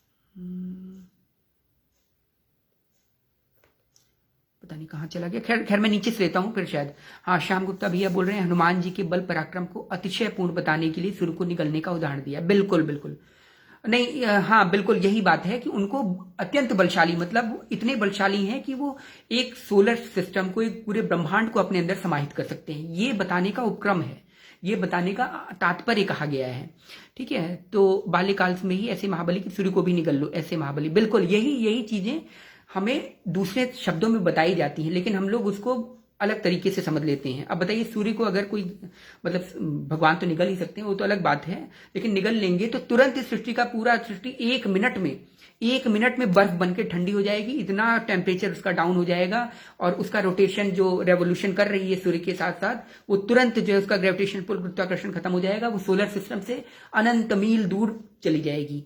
तो ये सब चीजें बताने का तरीका होता है कि सूर्य को निगलने का अर्थ ये है कि भगवान हनुमान जी में इतनी पराक्रम था, इतना वो था कि वो उनके अंदर पूरा ब्रह्मांड संभाले, मतलब उनके अंदर पूरा सोलर सिस्टम को अपने अधीन कर सकते हैं। लेकिन सूर्य को बोला है, ध्यान रखिएगा, हर ब्रह्मांड के शंकर ब्रह्मा विष्णु अलग अलग होते हैं, इसीलिए सिर्फ उसी सूर्य को बोला गया है, पूरे ब्रह्मांड को नहीं बोल दिया गया। हाँ, भगवान कृष्ण में ये बोला गया था कि उनके मुंह में सर्वत्र ब्रह्मांड दिखाई पड़ा था, क्योंकि वो तो जगत नियंता हैं, वो तो कोई अवतार थे, वो तो पूर्ण अवतार थे, वो कोई जो है अंशावतार भी नहीं थे, तो इसलिए उनको जो है दूसरे रूप में दिखाया गया है, और हनुमान जी को इस तरह बताया गया है। बिल्कुल श्याम भैया, बिल्कुल सही, यही चीज है। अब खेम सिंह राजपूत जी की बात आती है, हालांकि इस विषय पर काफी लोग अभी जो कट्टर हिंदूवादी हैं और जो है बहुत जय श्री राम वो जो साफा बांध करके और वो सब करते हैं ना, वो आ जाएंगे कि अरे कैसे कह दिया, नहीं ऐसे हुआ था वैसे हुआ था। तो अब उनको जान दिए, वो बच्चे हैं बेचारे, उनको वैसे ही रहने दीजिए। लेकिन जो हम लोग जानते हैं, मतलब जो हमारे आप्त महापुरुषों ने हमें जो ज्ञान दिया है, जो हमारे महाप्रभु ने, जो हमारे गुरुओं ने हमें ज्ञान दिया है, उसके अनुरूप यही होता है। बाकी का आशीष झा जी का एक कमेंट है, सर्वम खल विदम ब्रह्म, बिल्कुल बिल्कुल, कि ब्रह्म जो है सर्वत्र विद्यमान है। मुझे इसमें यह जानना है कि हर चीज कृष्ण से है कि हर चीज कृष्ण है, हर चीज कृष्ण से, बात एक ही है भाई। आप कृष्ण से कहिए, सर्वम खलविदम ब्रह्म का अर्थ है कि सब कुछ कृष्ण है, सब कुछ भगवान में है। हरिव्यापक सर्वत्र समाना, इसका आप दूसरा हिंदी में इसका प्रारूप ले लीजिए तो यही है, हरिव्यापक सर्वत्र समाना। और हर चीज कृष्ण है, सब कुछ कृष्णमय है, सब कुछ कृष्ण भगवान के मतलब अंश हैं, या आप समझिए सब कुछ कृष्ण का अर्थ यहाँ पे आप शंकर से भी ले सकते हैं और वो भी ले सकते हैं। हाँ, लेकिन लीला अवतार क्षेत्र में कृष्ण का जो रस वैलक्षण है वो अलग हो जाता है, राम का रस वैलक्षण अलग हो जाता है, सीता का रस विलक्षण अलग हो जाता है, राधा जी का रस विलक्षण अलग हो जाता है, शंकर जी का रस विलक्षण अलग हो जाता है। तो रस विलक्षण में अंतर है, बाकी का सभी ईश्वर हैं। तो आप ईश्वर को कह सकते हैं ईश्वर ही सब कुछ है, ईश्वर से ही सब कुछ है। तो ये सब कुछ जितना हम देख रहे हैं, क्योंकि जितना चेतनता इस संसार में जो कुछ भी जिस चीज की भी स्थिति है, जिस किसी का भी एग्जिस्टेंस है, वो सब कुछ और सब कुछ सिर्फ भगवान के अंतर्गत ही आता है। मतलब अगर वो न इस चीज को वो करें तो उसकी स्थिति जो है, उसकी जो एग्जिस्टेंस है वो खत्म हो जाए, खत्म, 1 मिनट में खत्म हो जाए, वो हमें दिखे ही नहीं, या उसकी एग्जिस्टेंस, उसकी सत्ता जिसे बोलते हैं, उसकी सत्ता का लोप हो जाएगा। इसके बाद आता है, हाँ, श्याम गुप्ता भैया ने कहा है प्रतीकात्मक रूपों से, विभिन्न उपमाओं और उदाहरणों से विभिन्न कष्टों की अनुभूति कैसे होगी। मरने के बाद जीव के सूक्ष्म शरीर को जो विभिन्न पाप कर्मों के दंड स्वरूप भुगवाया जाता है उसी को बताया। बिल्कुल यही मैंने अभी बताया कि सिर्फ उस चीजों को फीलिंग करवाने के लिए, उसका आभास करवाने के लिए कि कैसे कैसे वहां पे आपको पीड़ा अनुभव करनी पड़ेगी, उस पीड़ा को अनुभव गम्य होने के लिए इन सब चीजों का निरूपण किया गया है। इन 27 प्रकार के नरकों में कि कुंभी पाक नरक है, ये रौरव नरक है, ये वो नरक है, ये नरक है, इन सब चीजों को जैसे 27 प्रकार के नरक बताए गए हैं, सिर्फ अनुभव करने के लिए इन सब चीजों की विस्तृत व्याख्या दी गई है। बाकी का ऐसा कुछ नहीं कि वहां तेल मिलेगा या वहां पे एशियन अफ्रीकन हाथियों से जो है आपको चिरवाया जाएगा, एक हाथी इधर लगेगा, एक रस्सी से इधर बांधेगा, या शमशीर, अब वो शमशीर किस चीज का होगा। मतलब ये सब जो चीजें हैं, ये सब चीजें सिर्फ और सिर्फ प्रतीकात्मक रूप से बताई गई हैं। ठीक है। और शारदा मुद्रा जी, अच्छा प्रणाम शारदा मुद्रा जी। प्रताड़ना मिलती है सूक्ष्म शरीर को, जी उसी को मिलती है। आनंद वल्लभ अमेय जी, जो भी भोग देंगे, जो जिस योनि में होगा वह भोग उनके उसी योनि के आहार के रूप में मैटेरियलाइज हो, उन्हें प्राप्त हो जाता है। जो भी भोग देंगे, जो जिस योनि में होगा वह भोग उनको इसी योनि के आहार के रूप में मैटेरियलाइज होकर के उन्हें प्राप्त हो जाता है। बिल्कुल यही बात है। ये जैसे मैंने अभी आपको बताया ना, जैसे हम पितरों को जो है तर्पण करते हैं, या जब पितृ का समय आता है, पितरों का जब समय आता है तब हम उनको तर्पण करते हैं, उनका श्राद्ध करते हैं, तो वो इसी के आधार पर करते हैं। जब हम उनको जल देते हैं, आपने देखा होगा जब किसी की मृत्यु हो जाती है तो घंट बांध दिया जाता है, एक घड़ा बांध दिया जाता है, उसे घंट बोलते हैं। तो वो जल उन्हीं के नाम का बांधा होता है, ताकि जब उनको प्यास लगे तो उससे पी सके, उससे तृप्त हो सके। क्योंकि अगर हम उनके नाम का नहीं बांधेंगे तो अथाह जल राशि होने के बावजूद भी वो किसी भी सूक्ष्म शरीर में होंगे, वो उसको ग्रहण नहीं कर सकते। इसीलिए देवताओं को जब भविष्य करवाया जाता है, यज्ञ करवाया जाता है, तो इंद्र के नाम का करवाया जाता है, या जिस भी देवता के नाम का हम कर रहे हैं, सभी देवताओं का आवाहन करके उनको अपना अपना भोग प्रदान कर दिया जाता है। तो ये जो भोग होता है ये उनको न्यूट्रिएंट्स के आधार पे मिलता है। मतलब जो भी होता है उनको न्यूट्रिएंट्स, या समझिए उसके जो सूक्ष्म तत्व होता है वो उन सूक्ष्म शरीर को मिलता है। ये मटेरियल वाला यही रह जाता है। जो हमें दिखता है ना कि भगवान ने तो भोग नहीं लगाया, खीर तो अभी ये ऐसी की ऐसी पड़ी है, ठीक है नहीं लगाया, लेकिन उसका सूक्ष्म तत्व अगर आपके मन में जो है, मतलब आपने बड़ी आंतरिक हृदय उद्रेक से होकर के आपने उनको भोजन करवाया है या भोग लगाया है, तो उसमें से सूक्ष्म तत्व ग्रहण कर लेंगे और सूक्ष्म वही हमारे लिए जो है प्रसाद बन जाता है। ठीक है। तो ये आपने बिल्कुल सही कहा, उसी योनि के रूप में आहार में मैटेरियलाइज होने प्राप्त हो जाता है। ठीक। और अब आते हैं, हाँ, आनंद वल्लभ अमी जी का एक और है, साधक का साधन भजन उस अवस्था में पहुंच गया है कि साधक का रोम रोम और उसकी समस्त ज्ञानेंद्रिय भजन में ही लीन है। अब वह साधक ईश्वरीय अवस्था में ही पहुंच गया है और वह ईश्वर की कृपा कटाक्ष उस साधक पर अहर्निश है। इसीलिए कहा गया है, हरि मेरा भजन करे तो मैं करूं विश्राम। बिल्कुल बिल्कुल जो आपने कहा है बिल्कुल पूर्ण तरह तरीके से स्वस्थ और सही, बिल्कुल सत्य है, इसमें कोई दो राय नहीं। अब आते हैं बाकी के अन्य लोगों को भी। आशीष झा को मैंने शायद बता दिया है, हाँ एक मिनट, ये ऊपर चले जा रहे हैं। इसके बाद खेम सिंह राजपूत, लेकिन मैंने इस्कॉन केशवानंद दास की वैदिक कॉस्मोलॉजी के वीडियोस देखे हैं। कहाँ गया वैदिक, ऊपर बार बार चला जा रहा है।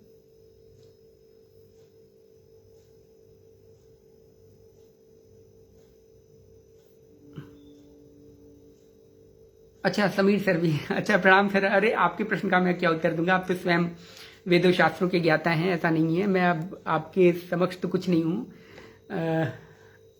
नहीं नहीं, मैं आपका प्रश्न नहीं ले पाऊंगा, मुझसे इतनी धृष्टता नहीं होगी। और आपका स्वागत है, अभिनंदन है। समीर सर मेरे बहुत ही प्रिय उसमें आते हैं, मतलब मैं उनकी, समझिए मेरे ऊपर बहुत ज़्यादा स्नेह रहता है हर चीज़ों को लेकर के। और अब इनसे मैं इनका भला मैं प्रश्न ले सकता हूँ, जो जिनके पास वेदों शास्त्रों का अथाह भंडार पड़ा हुआ है इनके पास, और इतिहास के बहुत अच्छे, आप समझिए बहुत अच्छे ज्ञानी हैं। आप इनसे ऐतिहासिक वस्तु स्थिति को लेकर के कोई भी प्रश्न कर लीजिए, कोई कुछ भी कहीं से भी प्रश्न कर लीजिए, या कोई भी आप कहीं से भी कोई भी प्रश्न उठा लीजिए, समीर सर हर तरीके से उसका पूरा विस्तृत तौर से वर्णन आपको दे देंगे। हाँ, आपकी आवाज़ और एक्सप्रेशंस अलग अलग हैं। हाँ बिल्कुल, इसलिए अलग अलग हैं क्योंकि हो सकता है मेरी जो लिप सिंक है वो बाद में जा रही है, पहले जा रही है, या हो सकता है बाद में जा रही है, मेरी आवाज़ आपको पहले पहुंच जा रही है। पता नहीं ऐसा क्यों हो रहा है, ये इसकी प्रॉब्लम है। अच्छा, विवेक आस्तिक का प्रश्न है, हम पिछली योनि की गतिविधियां क्यों भूल जाते हैं। भाई देखिए, हम तो अभी सुबह जो खाना खाए हैं हमें उसको याद नहीं रहता, हम पिछली योनि की गतिविधियां हम कैसे याद रखेंगे। अगर हम याद रखते पिछली योनि की गतिविधियां तो आज ये सृष्टि चल पाती, ये संसार चल पाता, बिल्कुल नहीं चल पाता। इसलिए भगवान इन सब चीजों की विस्मृति कर देते हैं। जब हमें अथाह कष्ट मिलता है, जब हम माँ के पेट में होते हैं, अपने मतलब जब अपने काल में रहते हैं, जब गर्भ में शिशु रहता है, तब उसको सब कुछ याद रहता है। भगवान थोड़े समय के लिए उसको याददाश्त दे देते हैं कि अपने चीजों को याद करो कि कैसे कैसे जो है तुमने कर्म किए थे, उस वक्त तो याद रहता है। लेकिन जब शिशु बाहर की ओर निकलने लगता है, जब उसे ये सांसारिक जैसी हवा लगती है, सांसारिक हवा उस पर अटैक करती है, तुरंत उसकी सारी विस्मृति हो जाती है, और उसको इतना अथाह कष्ट होता है कि उससे सारी चीजें विस्मृत हो जाती हैं। और विस्मृति इसलिए हो जाती है क्योंकि हमारी बुद्धि इतनी, ग्रहण शक्ति उसकी इतनी कमजोर है। हाँ, जो महापुरुष होते हैं जिनकी साधना अवस्था बहुत ऊंची है, वो अपने पूर्व जन्मों के बाद अपने पूर्व जन्मों की साधना को याद रखते हैं और उनके अनुरूप कार्य करते हैं। बाकी का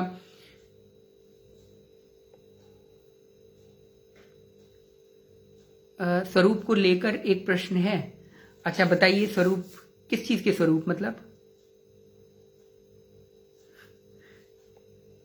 अब आपके प्रश्न का उत्तर देना थोड़ा सा बड़ा वो लग रहा है मुझे।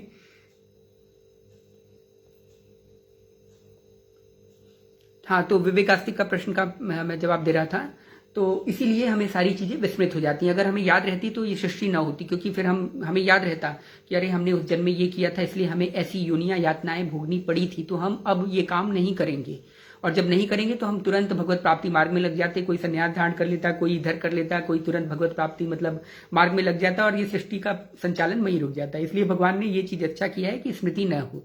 हाँ, और इसीलिए मानव योनि को इसीलिए बोला गया है कि कर्म प्रधान योनि, आप कर्म करते रहो। इसीलिए शास्त्रों, महापुरुषों, इन सब की बातों को हमेशा निरंतर चिंतन अभ्यास करते रहो, बार बार सुनो, बार बार सुनो। कलयुग में तो मनुष्य की बुद्धि ऐसी क्षीण हो जाएगी कि हमने अभी 1 घंटे पहले क्या किया था वो भी हमें याद नहीं रहता। तो इसलिए बार बार बोला गया है कि जैसे भगवान कृष्ण ने गीता में कहा गया है कि बार बार रिवाइज करो, बार बार जो है अभ्यास करो, अभ्यास इंतु कौन्तेय बोला गया है ना भगवान ने। तो बार बार उस चीज का अभ्यास करो, अभ्यास करो, अभ्यास से ही सारी चीज आएंगी। बार बार महापुरुषों के आप्त वचनों को ग्रहण करो, बार बार जितनी अच्छी चीजें हैं उनको ग्रहण करो, कि बार बार शास्त्र क्या कहते हैं, क्या क्या क्या हमारा सिद्धांत है, मनुष्य देह का क्या उपयोगिता है, हमें क्यों बार बार बोला जाता है कि भगवान में मन लगाओ, और भगवान क्या है, ये सब चीजें हमें समझनी पड़ेंगी। अब स्वरूप को लेकर एक प्रश्न शायद अभी समीर सर लिख रहे हैं, तब तक मैं दूसरा प्रश्न ले लेता हूं। साधक का साधन भजन उस अवस्था में, ये तो हो चुका है, मैं शायद अभी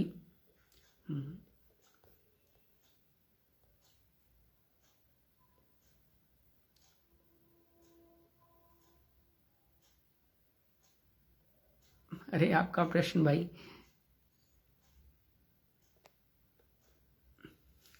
आशीष झा, कर्ता भी ईश्वर है और भोक्ता भी ईश्वर है, तो हम कौन है। कर्ता भी ईश्वर है, भोक्ता भी है, एको हम द्वितीयम नास्ति के अनुसार, एको अहम द्वितीयम नास्ति, ठीक है, मतलब सिर्फ और सिर्फ ईश्वर ही है। कंफ्यूज हो जाता हूं यहाँ पे। आशीष झा, आपने शायद मेरा पहले का आपने नहीं सुना है, मेरा इससे पहले का एक वीडियो है कर्म भाग्य प्रारब्ध को लेकर के, कि कर्म क्या है, भाग्य क्या है, प्रारब्ध क्या है। और लोग क्यों कहते हैं कि भगवान ही सब कुछ करता है या भगवान ही हमें सब भुगवाता है, भगवान के बिना पत्ता नहीं हिलता। तो ये सब चीज़ें अब लंबा हो जाएगा, ये पूरा लंबा हो जाएगा, तो ये थोड़ा सा दिक्कत वाली बात है। तो आप उस वीडियो को देख लीजिएगा, पुरानी वाली वीडियो जो मेरी इससे पहले वाली वीडियो है, कर्म भाग्य प्रारब्ध, कि उसमें भगवान को हम ये क्यों कहते हैं कि भगवान ही सब कुछ करवाता है। जब भगवान ही सब कुछ करवाता है तो हमें क्यों भोग दंड मिलता है। और भगवान के बिना एक भी पत्ता नहीं हिलता, और सब कुछ भगवान है, सब भगवान करवा रहा है। जब सब भगवान करवा रहा है तो हमें क्यों दंड मिल रहा है या हमें सुख और दुख का आभास क्यों होता है। तब तो हम किसी की हत्या भी कर रहे हैं तो वो भी भगवान के अनुसार कर रहे हैं, क्योंकि उसके भाग्य में था, या जो है उसको वो दुख मिलना था, इसीलिए हमसे भगवान करवा रहे हैं, या हमारी बुद्धि को भगवान चला रहे हैं क्योंकि भगवान के बिना एक भी पत्ता नहीं हिलता। तो इन सब सारे प्रश्नों का उसमें पूरी तरह मैंने पूरे विस्तृत तौर पर 1.5 घंटे का शायद लेक्चर है वो, आप उसको सुन लीजिएगा, उसमें आपके प्रश्नों का पूरा हल है। अभी मैं इसलिए नहीं बताना चाह रहा हूँ क्योंकि मैं नहीं चाहता कि ये भी जो है 1.5 घंटे का हो जाए सेशन, तो इसलिए आप वहाँ से सुन लीजिएगा, उसमें सारी चीज़ें हैं इससे पहले वाला। और मेरा प्रश्न भाई जी नहीं लिया, खेमचंद जी आपका प्रश्न कहाँ पे है? आप एक बार उस प्रश्न को जो है कॉपी पेस्ट करके मुझे एक बार दोबारा यहाँ पे फिर से आप मुझे डाल दीजिए, क्योंकि वो काफ़ी ऊपर चला गया है तो कुछ पता नहीं चल रहा है। क्योंकि एक कोई कर रहा है ना तो ऊपर चला जा रहा है वो।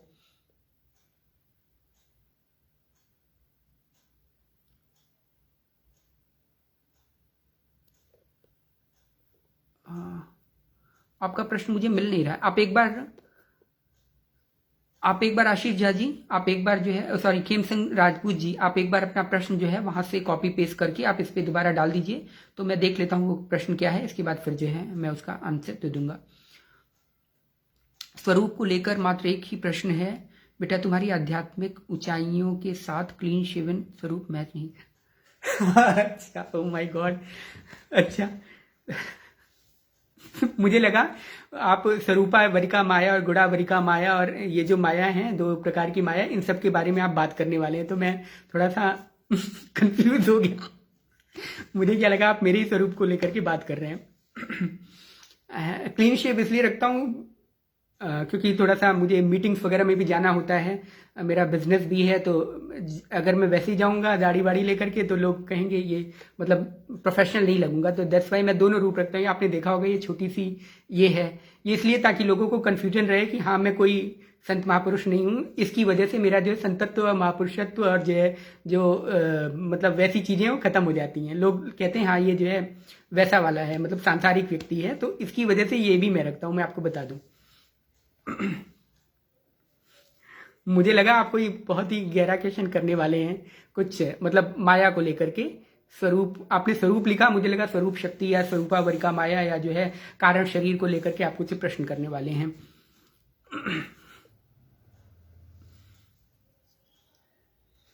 अच्छा, बहुत बहुत धन्यवाद सर, बहुत बहुत, वाकई आनंदित हूँ तुम्हें खुल के बोलते हुए देख करके। आपके सामने मेरी बोलती बंद हो जाती है बस आप लोगों का आशीर्वाद है सर, बहुत बहुत धन्यवाद। आपने मुझे हमेशा बढ़ाया, ये तो मैंने देखा है, मैं कहीं पे भी कैसे भी रहूं, मैं किसी भी अवस्था में रहूं, समीर सर का मुझे आशीर्वाद निरंतर और बहुत ही प्राप्त होता रहता है। मैं इसके लिए समीर सर का बहुत बहुत धन्यवाद प्रेषित करता हूं। हाँ, आप भी ऐसे ही हैं, बिल्कुल, ये तो है। आप भी बहुत शो नहीं करने वाले हैं, ये तो मैं भी देखता हूँ। अच्छा, पात्रो गायत्री जी का प्रश्न है, संसार में रहकर साधना कैसे बढ़ेगी?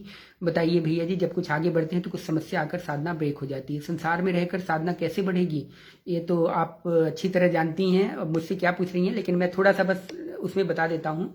संसार में रहकर साधना ऐसे बढ़ेगी, देखिए जैसे गीता में भी भगवान ने कहा है कि अपना जो है तन जो है कार्य में करो और मन को भगवान में लगाओ, क्योंकि शरीर वाले संसार वाले शरीर देखते हैं, मात्र शरीर से आप कैसे वो कर रहे हैं। आइए शर्मा जी, आइए आइए, आप तो आते नहीं हैं, बहुत अच्छी बात है, बैठिए जी बैठिए। आप उनको इन सब से खुश कर सकते हैं, लेकिन आपके अंदर क्या चल रहा है उससे संसार वालों को कोई मतलब नहीं। हो सकता है आप किसी के सामने गुस्सा कर रहे हैं, लेकिन अंदर आपके लिए आपको उसके प्रति प्रेम है, तो उससे संसार वालों को कोई मतलब नहीं। लेकिन भगवान सिर्फ मन ही मन को देखता है, मन की ही भक्ति, शरीर की कोई भक्ति यहाँ मायने नहीं करती, क्योंकि भगवान दिव्य है और मन को ही हमें दिव्य बना करके हमें उसको जो है उसको प्राप्त करना है। तो मन की ही जो साधना होती है भगवान उसको नोट करते हैं। तो हमें मन जो है अपना संसार में न लगा करके कर्तव्य के माध्यम से संसार की सांसारिक चीजों को आप पूरा करते रहिए, लेकिन मन से निरंतर अपना जो लक्ष्य है वो साधे रहिए कि हमें जो है हमारा लक्ष्य भगवान है, या हमें हमारा लक्ष्य आत्मिक उन्नति है। इसके अलावा शारीरिक उन्नति भी आप साथ ही साथ करते रहिए, वो तो आपको प्रारब्ध और कर्मों के अनुसार मिलता रहेगा, लेकिन मेन लक्ष्य जो है वो आपका जो है भगवत क्षेत्र होना चाहिए।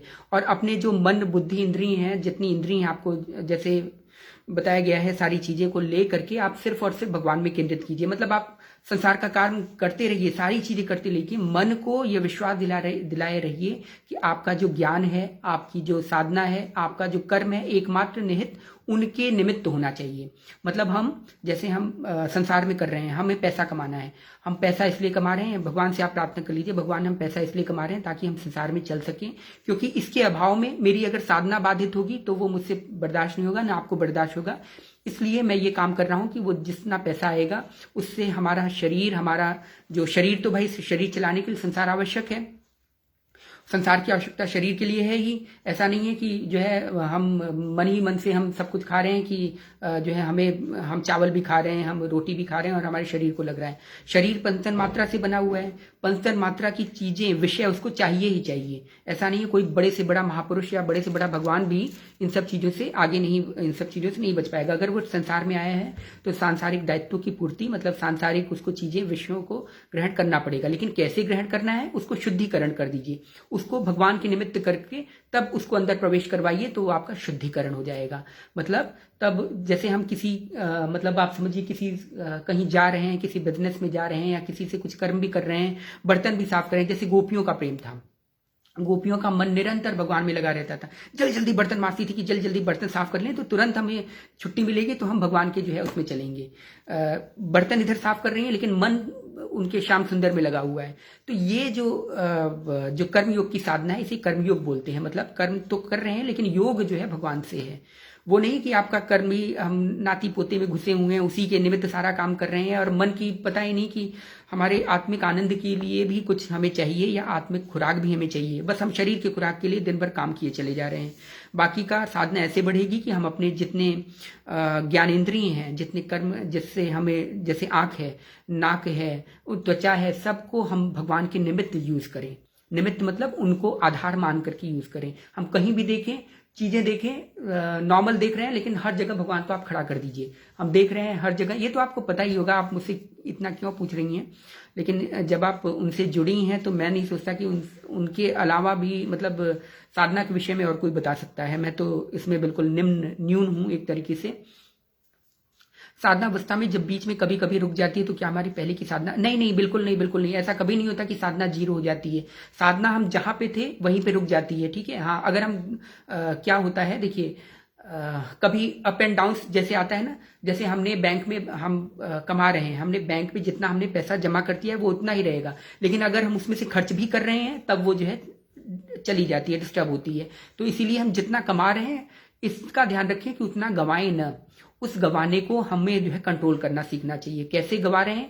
हमें आंखों से गलत गलत चीजें देख रहे हैं, नासिका से गलत गलत चीजें, मतलब जितनी अपनी कर्मेंद्रियां हैं या जो है अपनी ज्ञानेंद्रियां, उनका गलत उपयोग कर रहे हैं या सांसारिक चीजों में बहुत ज्यादा घुसे हैं, तो तब हम ये गलत कर रहे हैं। तब हम अपनी जो है जितनी आत्मिक शक्ति है, जितनी अपनी ऊर्जा है, जितना हमने साधना किया है, उस साधना को नष्ट कर रहे हैं। इसमें हमें जो है बहुत ही वो जागरूक रहना चाहिए। और रुक क्यों जाती है? रुक इसलिए जाती है, कभी कभार क्या होता है, कुछ अन्न का प्रभाव होता है या कुछ संगति का प्रभाव ऐसा होता है कि हमारे अंदर ये 3 गुणों से शरीर चलता है ना, 3 गुणों से संसार चलता है, तामसिक, तमोगुण, रजोगुण और सत्वगुण। तो कभी कभार जब सत्वगुण की प्रधानता आती है तब हमारा मन जो है तुरंत भगवान में लगने लगता है, बहुत जल्दी जल्दी सारी चीजें, साधना भी अच्छा होने लगता है, ध्यान भी अच्छा होने लगता है और भगवान का रूप ध्यान भी अच्छे से बनने लगता है, सारी चीजें अच्छी होने लगती हैं, आपको अच्छी अच्छी चीजें भी मिलने लगती हैं। लेकिन कभी कभार जब प्रारब्ध हमारा खराब आता है तब हमें साधना में मन ही नहीं लगता, तब हमें तामसिक चीजों में ज्यादा अभिरुचि होने लगती है, या हमने अन्न कुछ गलत खा लिया है या कुछ आप समझिए कुछ तामसिक चीजों का हमने अपने शरीर में प्रवेश कर दिया है। तो जो हार्मोन्स उससे डेवलप होंगे, जो हार्मोन्स उससे निकलते हैं, उससे गलत गलत जो है चीजें, हमारे तामसिक वृत्तियां बनती हैं, मनोवृत्तियां बनती, क्योंकि अन्नमय शरीर है, अन्नमय कोश है ये शरीर। तो इस अन्नमय कोश को, अन्न से हमें शुद्धिकरण करने की आवश्यकता होती है। इसलिए ब्राह्मणों को विशेष तौर पे बोला गया था कि अपने अन्न का जो है वो करना, जिसको आमतौर पे लोगों ने कह दिया कि ये छूते नहीं है किसी का, या छुआछूत से संबंधित कर दिया। भाई इनको साधना करनी है, वो सबका भोजन नहीं कर सकते, वो अपने हाथ से बनाते हैं, अपने आप से। सन्यासियों को तो और भी बहुत कड़ा नियम है, वो तो अग्नि तक को नहीं छू सकते। लेकिन ये वाली अग्नि नहीं, वो तरह तरह की अग्नि होती है, 5 प्रकार की अग्नि होती है, उसका भी बहुत डिटेल में विस्तृत वर्णन है, वो फिर मैं कभी बताऊंगा। लेकिन यही सब चीजें हैं, इन सब चीजों को लोगों ने बड़े छुआछूत से समझ लिया कि उनके उस हाथ का खाना नहीं खाते, या उनके जो ब्राह्मण होगा जो साधना करेगा वो अवश्य नहीं खाएगा, वो अपनी साधना नहीं नष्ट करने जाएगा, क्योंकि उसको पता है कि अन्न से ही, ये अन्न में शरीर है, इसी अन्न से शरीर बना है। अगर हमने इसे खत्म कर दिया है, या हमने इसमें जो है कुछ भी मल डाल दिया है, या जो है इसका अशुद्ध कर दिया, तो अशुद्ध वाले विचार आएंगे, हमारे जो मानसिक वृत्तियां होंगी वो भगवान में नहीं लगेंगी। मुझे लग रहा है आज फिर टाइम ज्यादा हो रहा है, आप लोगों का टाइम भी वेस्ट हो रहा होगा। तो ये सब चीजें होती हैं, तो इसको लोगों ने छुआछूत से कर दिया है, या जो है कह दिया है कि हम लोग जो है भाई उनके भेद करते हैं। भेद नहीं है एक्चुअली, ये अपने आप को करने का तरीका है, अपने आप को एक उसमें ढालने का तरीका है। बाकी का अपनी साधना आप निरंतर भगवान के चिंतन में लगाइए, उनको हर जगह आप महसूस कीजिए कि आप बैठे हैं। जैसे अभी मैं यहाँ पे हूँ तो मैंने इधर मान लीजिए भगवान को बिठा दिया है कि वो मुझे देख रहे हैं और मैं अपना काम कर रहा हूँ, ठीक है, मेरा चिंतन बना हुआ है, मैं बार बार उधर भी देख ले रहा हूँ, अच्छा हाँ भगवान भी बैठे हैं, मैं आपकी तरफ भी देख ले रहा हूँ। और तो इस तरह जैसे आप ऑफिस में जा रहे हैं या कुछ भी जा रहे हैं, ये सब चीजें गायत्री दीदी आपको सब पता है, मुझे पता है। साधना में पतन होने का मतलब क्या है? साधना में पतन होने का मतलब यही है कि हम अपनी जितनी हमने साधना किया है, हम उस चीजों को न करके हम नीचे की ओर जा रहे हैं, मतलब ऊर्ध्वगति न होकर के हमारी अधोगति हो रही है। कभी कभार क्या होता है कि हमारे जो वृत्तियां होती हैं, तामसिक वृत्तियां इतनी ज्यादा प्रभावी हो जाती हैं कि हमारा, जैसे अभी जो हमारा साधना का नियम है, जैसे हम 4 बजे उठते हैं, या जो है आरती ध्यान रूप ध्यान करते हुए, इसके बाद फिर जो है कंटिन्यूअस वो करते हुए ये सब सारी चीजें, या जो है वो कर रहे हैं हम, संध्या कर रहे हैं, तो वो सब चीजें अगर हमारा नियम टूटता है या कुछ हो रहा है तो इसे साधना में मतलब रुकावट है ये। लेकिन पतन होने का मतलब ये है कि हम साधना, जैसे हमने साधना से कई सारी सिद्धियां प्राप्त कर ली हैं, सिद्धियां नहीं प्राप्त की हैं, साधना में उस सिद्धि पे पहुंच गए, लेकिन हमारा अब मन हो गया है कि अब हम लोगों से पैर छुआएं, या हमें यश की प्राप्ति हो जाए, या जितना हमने साधना किया है उसका हमें फल ये मिल जाए कि हमारे जो है बैंक बैलेंस बड़ा हो जाए, या हमारा जो है घर बहुत बड़ा हो जाए। ये साधना में पतन होने का मतलब है। मतलब साधना को जितना हमने बैंक बैलेंस किया है उसको सही जगह न लगा करके जुआ मांस शराब इन सब में लगाएं, तो ये जो है पैसों का पतन है, या हमारे मानसिक वृत्तियों का पतन है। इसी तरह साधना में भी, साधना को हम ऊर्ध्व गति में न ले जा करके, जैसे मतलब चलिए अब बहुत लंबा हो जाएगा और टाइम भी आपका हो रहा है, ऊर्ध्व गति में न ले जा करके हम दूसरे चीजों में लेके जा रहे हैं। मतलब हम, जैसे कई लोग नहीं होते, वो साधना करने लगते हैं, कोई अप्सरा साधना कर रहा है, कोई राक्षस साधना कर रहा है, कोई प्रेत को बुलाने की साधना कर रहा है। अरे वही साधना, वही समय तुम भगवान के उसमें लगा दो, तो जब तुम भगवान, जैसे अंबानी को जब तुम प्राप्त कर लोगे, तो अंबानी का सारा जितना जो कुछ है, ज्ञान यश ऐश्वर्य सब कुछ वो उसका तुम्हारा ही हो जाएगा। फिर तुम उससे ये नहीं मांगोगे कि अंबानी जी 1 रुपए मुझे दे दो, तो 1 रुपए आपको दे तो देगा, ठीक है, लेकिन आप सीधे अंबानी से शादी कर लो ना। तो जब अंबानी से शादी कर लोगे, अंबानी के घर में ही रह रहे हो, तब सारा अंबानी की प्रॉपर्टी आपकी हो गई। तो उस तरह हमें करना है। हम क्या करते हैं, थोड़ी देर करके हमने उसका जो है फल हमने ले लिया, हमने पुत्र मांग लिया, हमने पिता मांग लिया, या हमने कुछ धन ले लिया, हमने दौलत मांग लिया। हम जाते हैं ना मन्नत मांगने, ये मन्नत वाली जितनी चीजें हैं सबसे बेकार, इन्होंने ही पूरे दुनिया को भ्रष्ट किया है, पूरे हिंदुत्व सनातन धर्म को इसी ने ही विध्वंस किया है। मन्नत और तुम्हारी आपकी मनोकामना जो पूरी होगी, इसी ने सब बेड़ा गर्क किया है, सिद्धांत का चौपट कर दिया है और लोगों को गलत मार्ग पे भटका दिया है। तो ये साधना का पतन है। आनंद वल्लभ अमीय जी, सात्विक साधक कभी पतित नहीं होता, साधना वहीं पर रुक जाती है, दोबारा वहीं से प्रारंभ करने पर। नहीं, ऐसा नहीं है, सात्विक साधक का भी पतन होता है, सात्विक साधक का भी पतन होता है। आपने जड़ भरत सुना होगा, जड़ भरत का स्टोरी सुनी होगी ना, तो सेम ऐसे ही पतन हो जाता। आपने उसकी सुनी होगी ना, ये क्या नाम है उनका, जिन्होंने लास्ट में नारायण का, अजामिल, तो ये भी बहुत बड़े जो है साधक थे, इतने बड़े साधक थे कि इनकी साधना बहुत उच्चावस्था की थी, लेकिन इनका क्या पतन हुआ, इन्होंने एक वेश्यागामी मतलब 2 लोगों को वेश्यावृत्ति करते देख लिया था। धीरे धीरे आंखों के द्वारा वो सारी चीजें ग्रहण करती गई, मन ने निश्चय किया, बुद्धि ने विचार बनाते बनाते इतने वेश्यागामी हो गए कि उसी में रम गए। तो ये साधक का पतन हुआ, ये उसकी पतन स्थिति हुई है। तो ऐसा नहीं है कि वो साधक वहीं रुक जाता है। अगर वहीं रुक जाता तो देखिए कभी कोई चीज पेंडिंग में नहीं होता। ऐसा नहीं है कि कोई चीज पेंडिंग में आ जाएगा। वो कुछ ना कुछ कर्म करता रहेगा, या तो बुरा कर्म करेगा या तो अच्छा कर्म करेगा। दो ही तरह की कर्म है, या तो जो है श्रेय मार्ग में जाएगा या तो प्रिय मार्ग में। अगर श्रेय मार्ग में नहीं जाता तो प्रिय मार्ग में जाएगा ही जाएगा, अगर प्रिय मार्ग में नहीं जाता तो श्रेय मार्ग में जाएगा। दो ही रास्ते हैं, इसके अलावा कोई रास्ता नहीं, अच्छा और बुरा। वो बीच में नहीं रुक सकता। एक जगह कर्म और एक जगह मन या इंद्रिय कभी नहीं रुक सकती। मन हमेशा कर्म करता रहता है, निरंतर कर्म करता रहता है। ऐसा नहीं है, न ही कश्य क्षणमपि, बोला गया है ना कि कभी भी एक क्षण को भी अकर्मा नहीं रह सकता मन। तो उसी प्रकार जो है ऐसा नहीं होता कि साधक का पतन नहीं होता, साधक का तुरंत पतन होता है और वहां से साधना नहीं निकलती। इसलिए सबसे ज्यादा ये आवश्यक है कि आपको निरंतर अपने मन पे कंट्रोल करना है कि हमारा मन गलत दिशा में तो नहीं जा रहा है। हालांकि बुद्धि तो यही कहेगी नहीं नहीं तुम गलत दिशा में नहीं जा रहे, तुम जो कर रहे हो सब सही कर रहे हो। जितने पाप होते हैं सब इसी वजह से होते हैं। उनको बुद्धि बता देती है नहीं नहीं तुम जो कर रहे हो सब सही कर रहे हो। अरे ऐसा, और तर्क ला देगा कई तरह की, अगर ऐसा ना करोगे बताओ ऐसा कैसे हो जाएगा फिर, इसलिए जो तुम कर रहे हो सब सही है। तो लेकिन इस मन को, इस बुद्धि को शोधित करना पड़ता है गुरु ज्ञान से, या आप समझिए शास्त्रों के ज्ञान से, या अच्छी अच्छी बातों से। इसलिए बार बार बोला गया है, बार बार अभ्यासेन्तु कौन्तेय, बार बार अपने शास्त्रों का मनन करो, बार बार चिंतन करो, बार बार उनको पढ़ो, बार बार भगवान की लीलाओं का गुण गाओ। लीलाओं का मतलब लीलाओं में जितना आपका मन लगा रहेगा, ये श्रेय मार्ग है। ठीक है, श्रेय मार्ग और प्रेम मार्ग दो तरह के मार्ग हैं। अब चलिए ज्यादा फिर हो जाएगा, आप लोग कहेंगे कि वो हो गया। चलिए अब सात्विक साधक कभी प्रतीत नहीं होता, बाकी का क्या भगवान शिव ही शंकर महेश रुद्र महाकाल भैरव आदि हैं? मैं जानता हूं और तुम भी, पर तुम्हारे मुख से रहस्य बताना और सुनना अच्छा लगेगा। सर मैं आपको बताऊं तो मैंने बहुत ज़्यादा टाइम ले लिया लोगों का, लोग मुझे गालियां दे रहे होंगे यहाँ पे। मैं आपको बता देता हूं, भगवान शिव को भगवान शंकर अलग हैं, भगवान शिव अलग हैं। भगवान शिव ही शंकर कहलाते हैं, लेकिन शंकर वो तब बनते हैं जब भगवान शिव की शक्तियां का प्राकट्य होता है। भगवान शिव की शक्तियों में जब प्राकट्य होता है, जब उनकी शक्तियों को यूज करने का समय आता है। जैसे भगवान शिव समझिए एक प्रधानमंत्री का पदवी है, और भगवान शंकर उस पदवी पर बैठने वाले मोदी हैं, या राहुल गांधी को नहीं कहूंगा, I don't want to see him as my leader और एज ए प्राइम मिनिस्टर। हाँ, जैसे मोदी हैं या योगी जी हैं, अगर वो आ जाते हैं प्रधानमंत्री की पदवी पर आ जाते हैं, तो उस प्रधानमंत्री की शक्तियों का जो उपयोग करेगा वो शंकर होगा। ठीक है, और न योगी जी प्रधानमंत्री या मुख्यमंत्री के पद पे बैठ करके बिना पद लिए कोई कार्य कर सकते हैं, न उस पद की उपयोगिता बिना उस पद पे बैठे हुए कोई कर सकता है। जब तक उस पद पे नहीं बैठेगा तब तक उस प्रधानमंत्री की शक्तियों का उपयोग नहीं कर पाएगा, और जब तक उस पद पे कोई नहीं बैठेगा वो उस प्रधानमंत्री की शक्तियों का उपयोग नहीं कर सकता। तो इसी प्रकार भगवान शिव ही शंकर कह सकते हैं, लेकिन शंकर एक छोटा सा प्रारूप है, लेकिन भगवान शिव अथाह है, मतलब वो अनंत है। भगवान शिव के आप समझिए अनंत रूप हैं, उन्हीं को हम भगवान शिव भी कह देते हैं। जैसे भगवान शिव को आप ऐसे समझ लीजिए, एक शक्ति है, उस शक्ति को हम दूसरे फॉर्म में भगवान शिव कह सकते हैं, उस शक्ति को दूसरे फॉर्म में भगवान नारायण भी कह सकते हैं या विष्णु कह सकते हैं।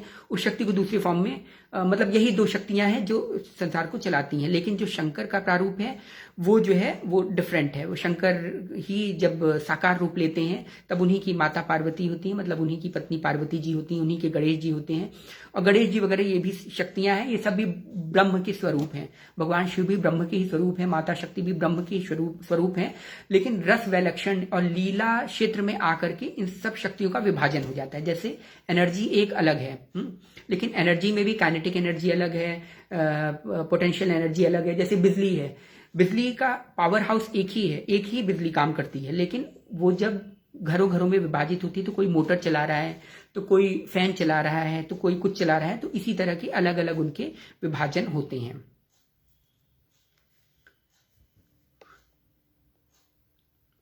जी जी सर, बिल्कुल बिल्कुल। आप, मेरा स्वाध्याय का समय है पर तुम्हें लाइव देख, स्वाध्याय छोड़ तुम्हें देखने लगा। अरे अरे सर, बहुत बहुत धन्यवाद। मेरा सौभाग्य कि आप मुझे देख रहे हैं, बहुत बहुत धन्यवाद। अब श्याम गुप्ता जी भैया बोल रहे हैं साधना में प्रथम निष्काम वृत्ति का क्षीण होना है, लोक रंजन, प्रदोष दर्शन इत्यादि। बिल्कुल यही चीज है, साधना में पतन यही है कि निष्कामता का अभाव हो जाए। मतलब आप कुछ मांग रहे हैं, आप किसी कामना से जो है आप में काम भाव आ जाए। और काम भाव यही नहीं होता जो आप लोग समझते हैं कि ये काम वाला काम, वो काम नहीं, सेक्सुअल चीज नहीं। काम का मतलब होता है कामनाएं। कामनाएं, किसी भी चीज़ें से संबंधित कामनाएं, चाहे आप किसी अपने वस्तु से, स्थिति से, किसी भी चीज़ को लेकर के जो भी आप कामनाएं करते हैं वो सारी चीज़ें काम में आती हैं। आप लोग ये जो डेफिनेशन काम की आप लोगों ने मन मस्तिष्क में निभा रखा है उसको हटा दीजिए। जहां पे लिखा होता है ना काम क्रोध लोभ मोह, ये जो काम आता है ना वो उस काम का नहीं है काम। आप समझिए बात को, वो काम कामनाओं से संबंधित होता है।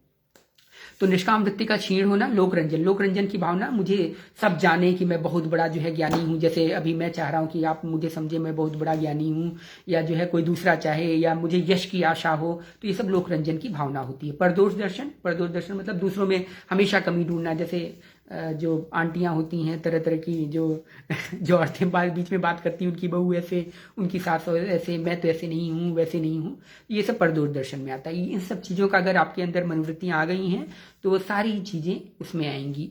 साधक का पतन होता है इससे, वो क्षीण करती हैं, सब सारी चीज़ें साधना आपकी क्षीण करती हैं। बाकी का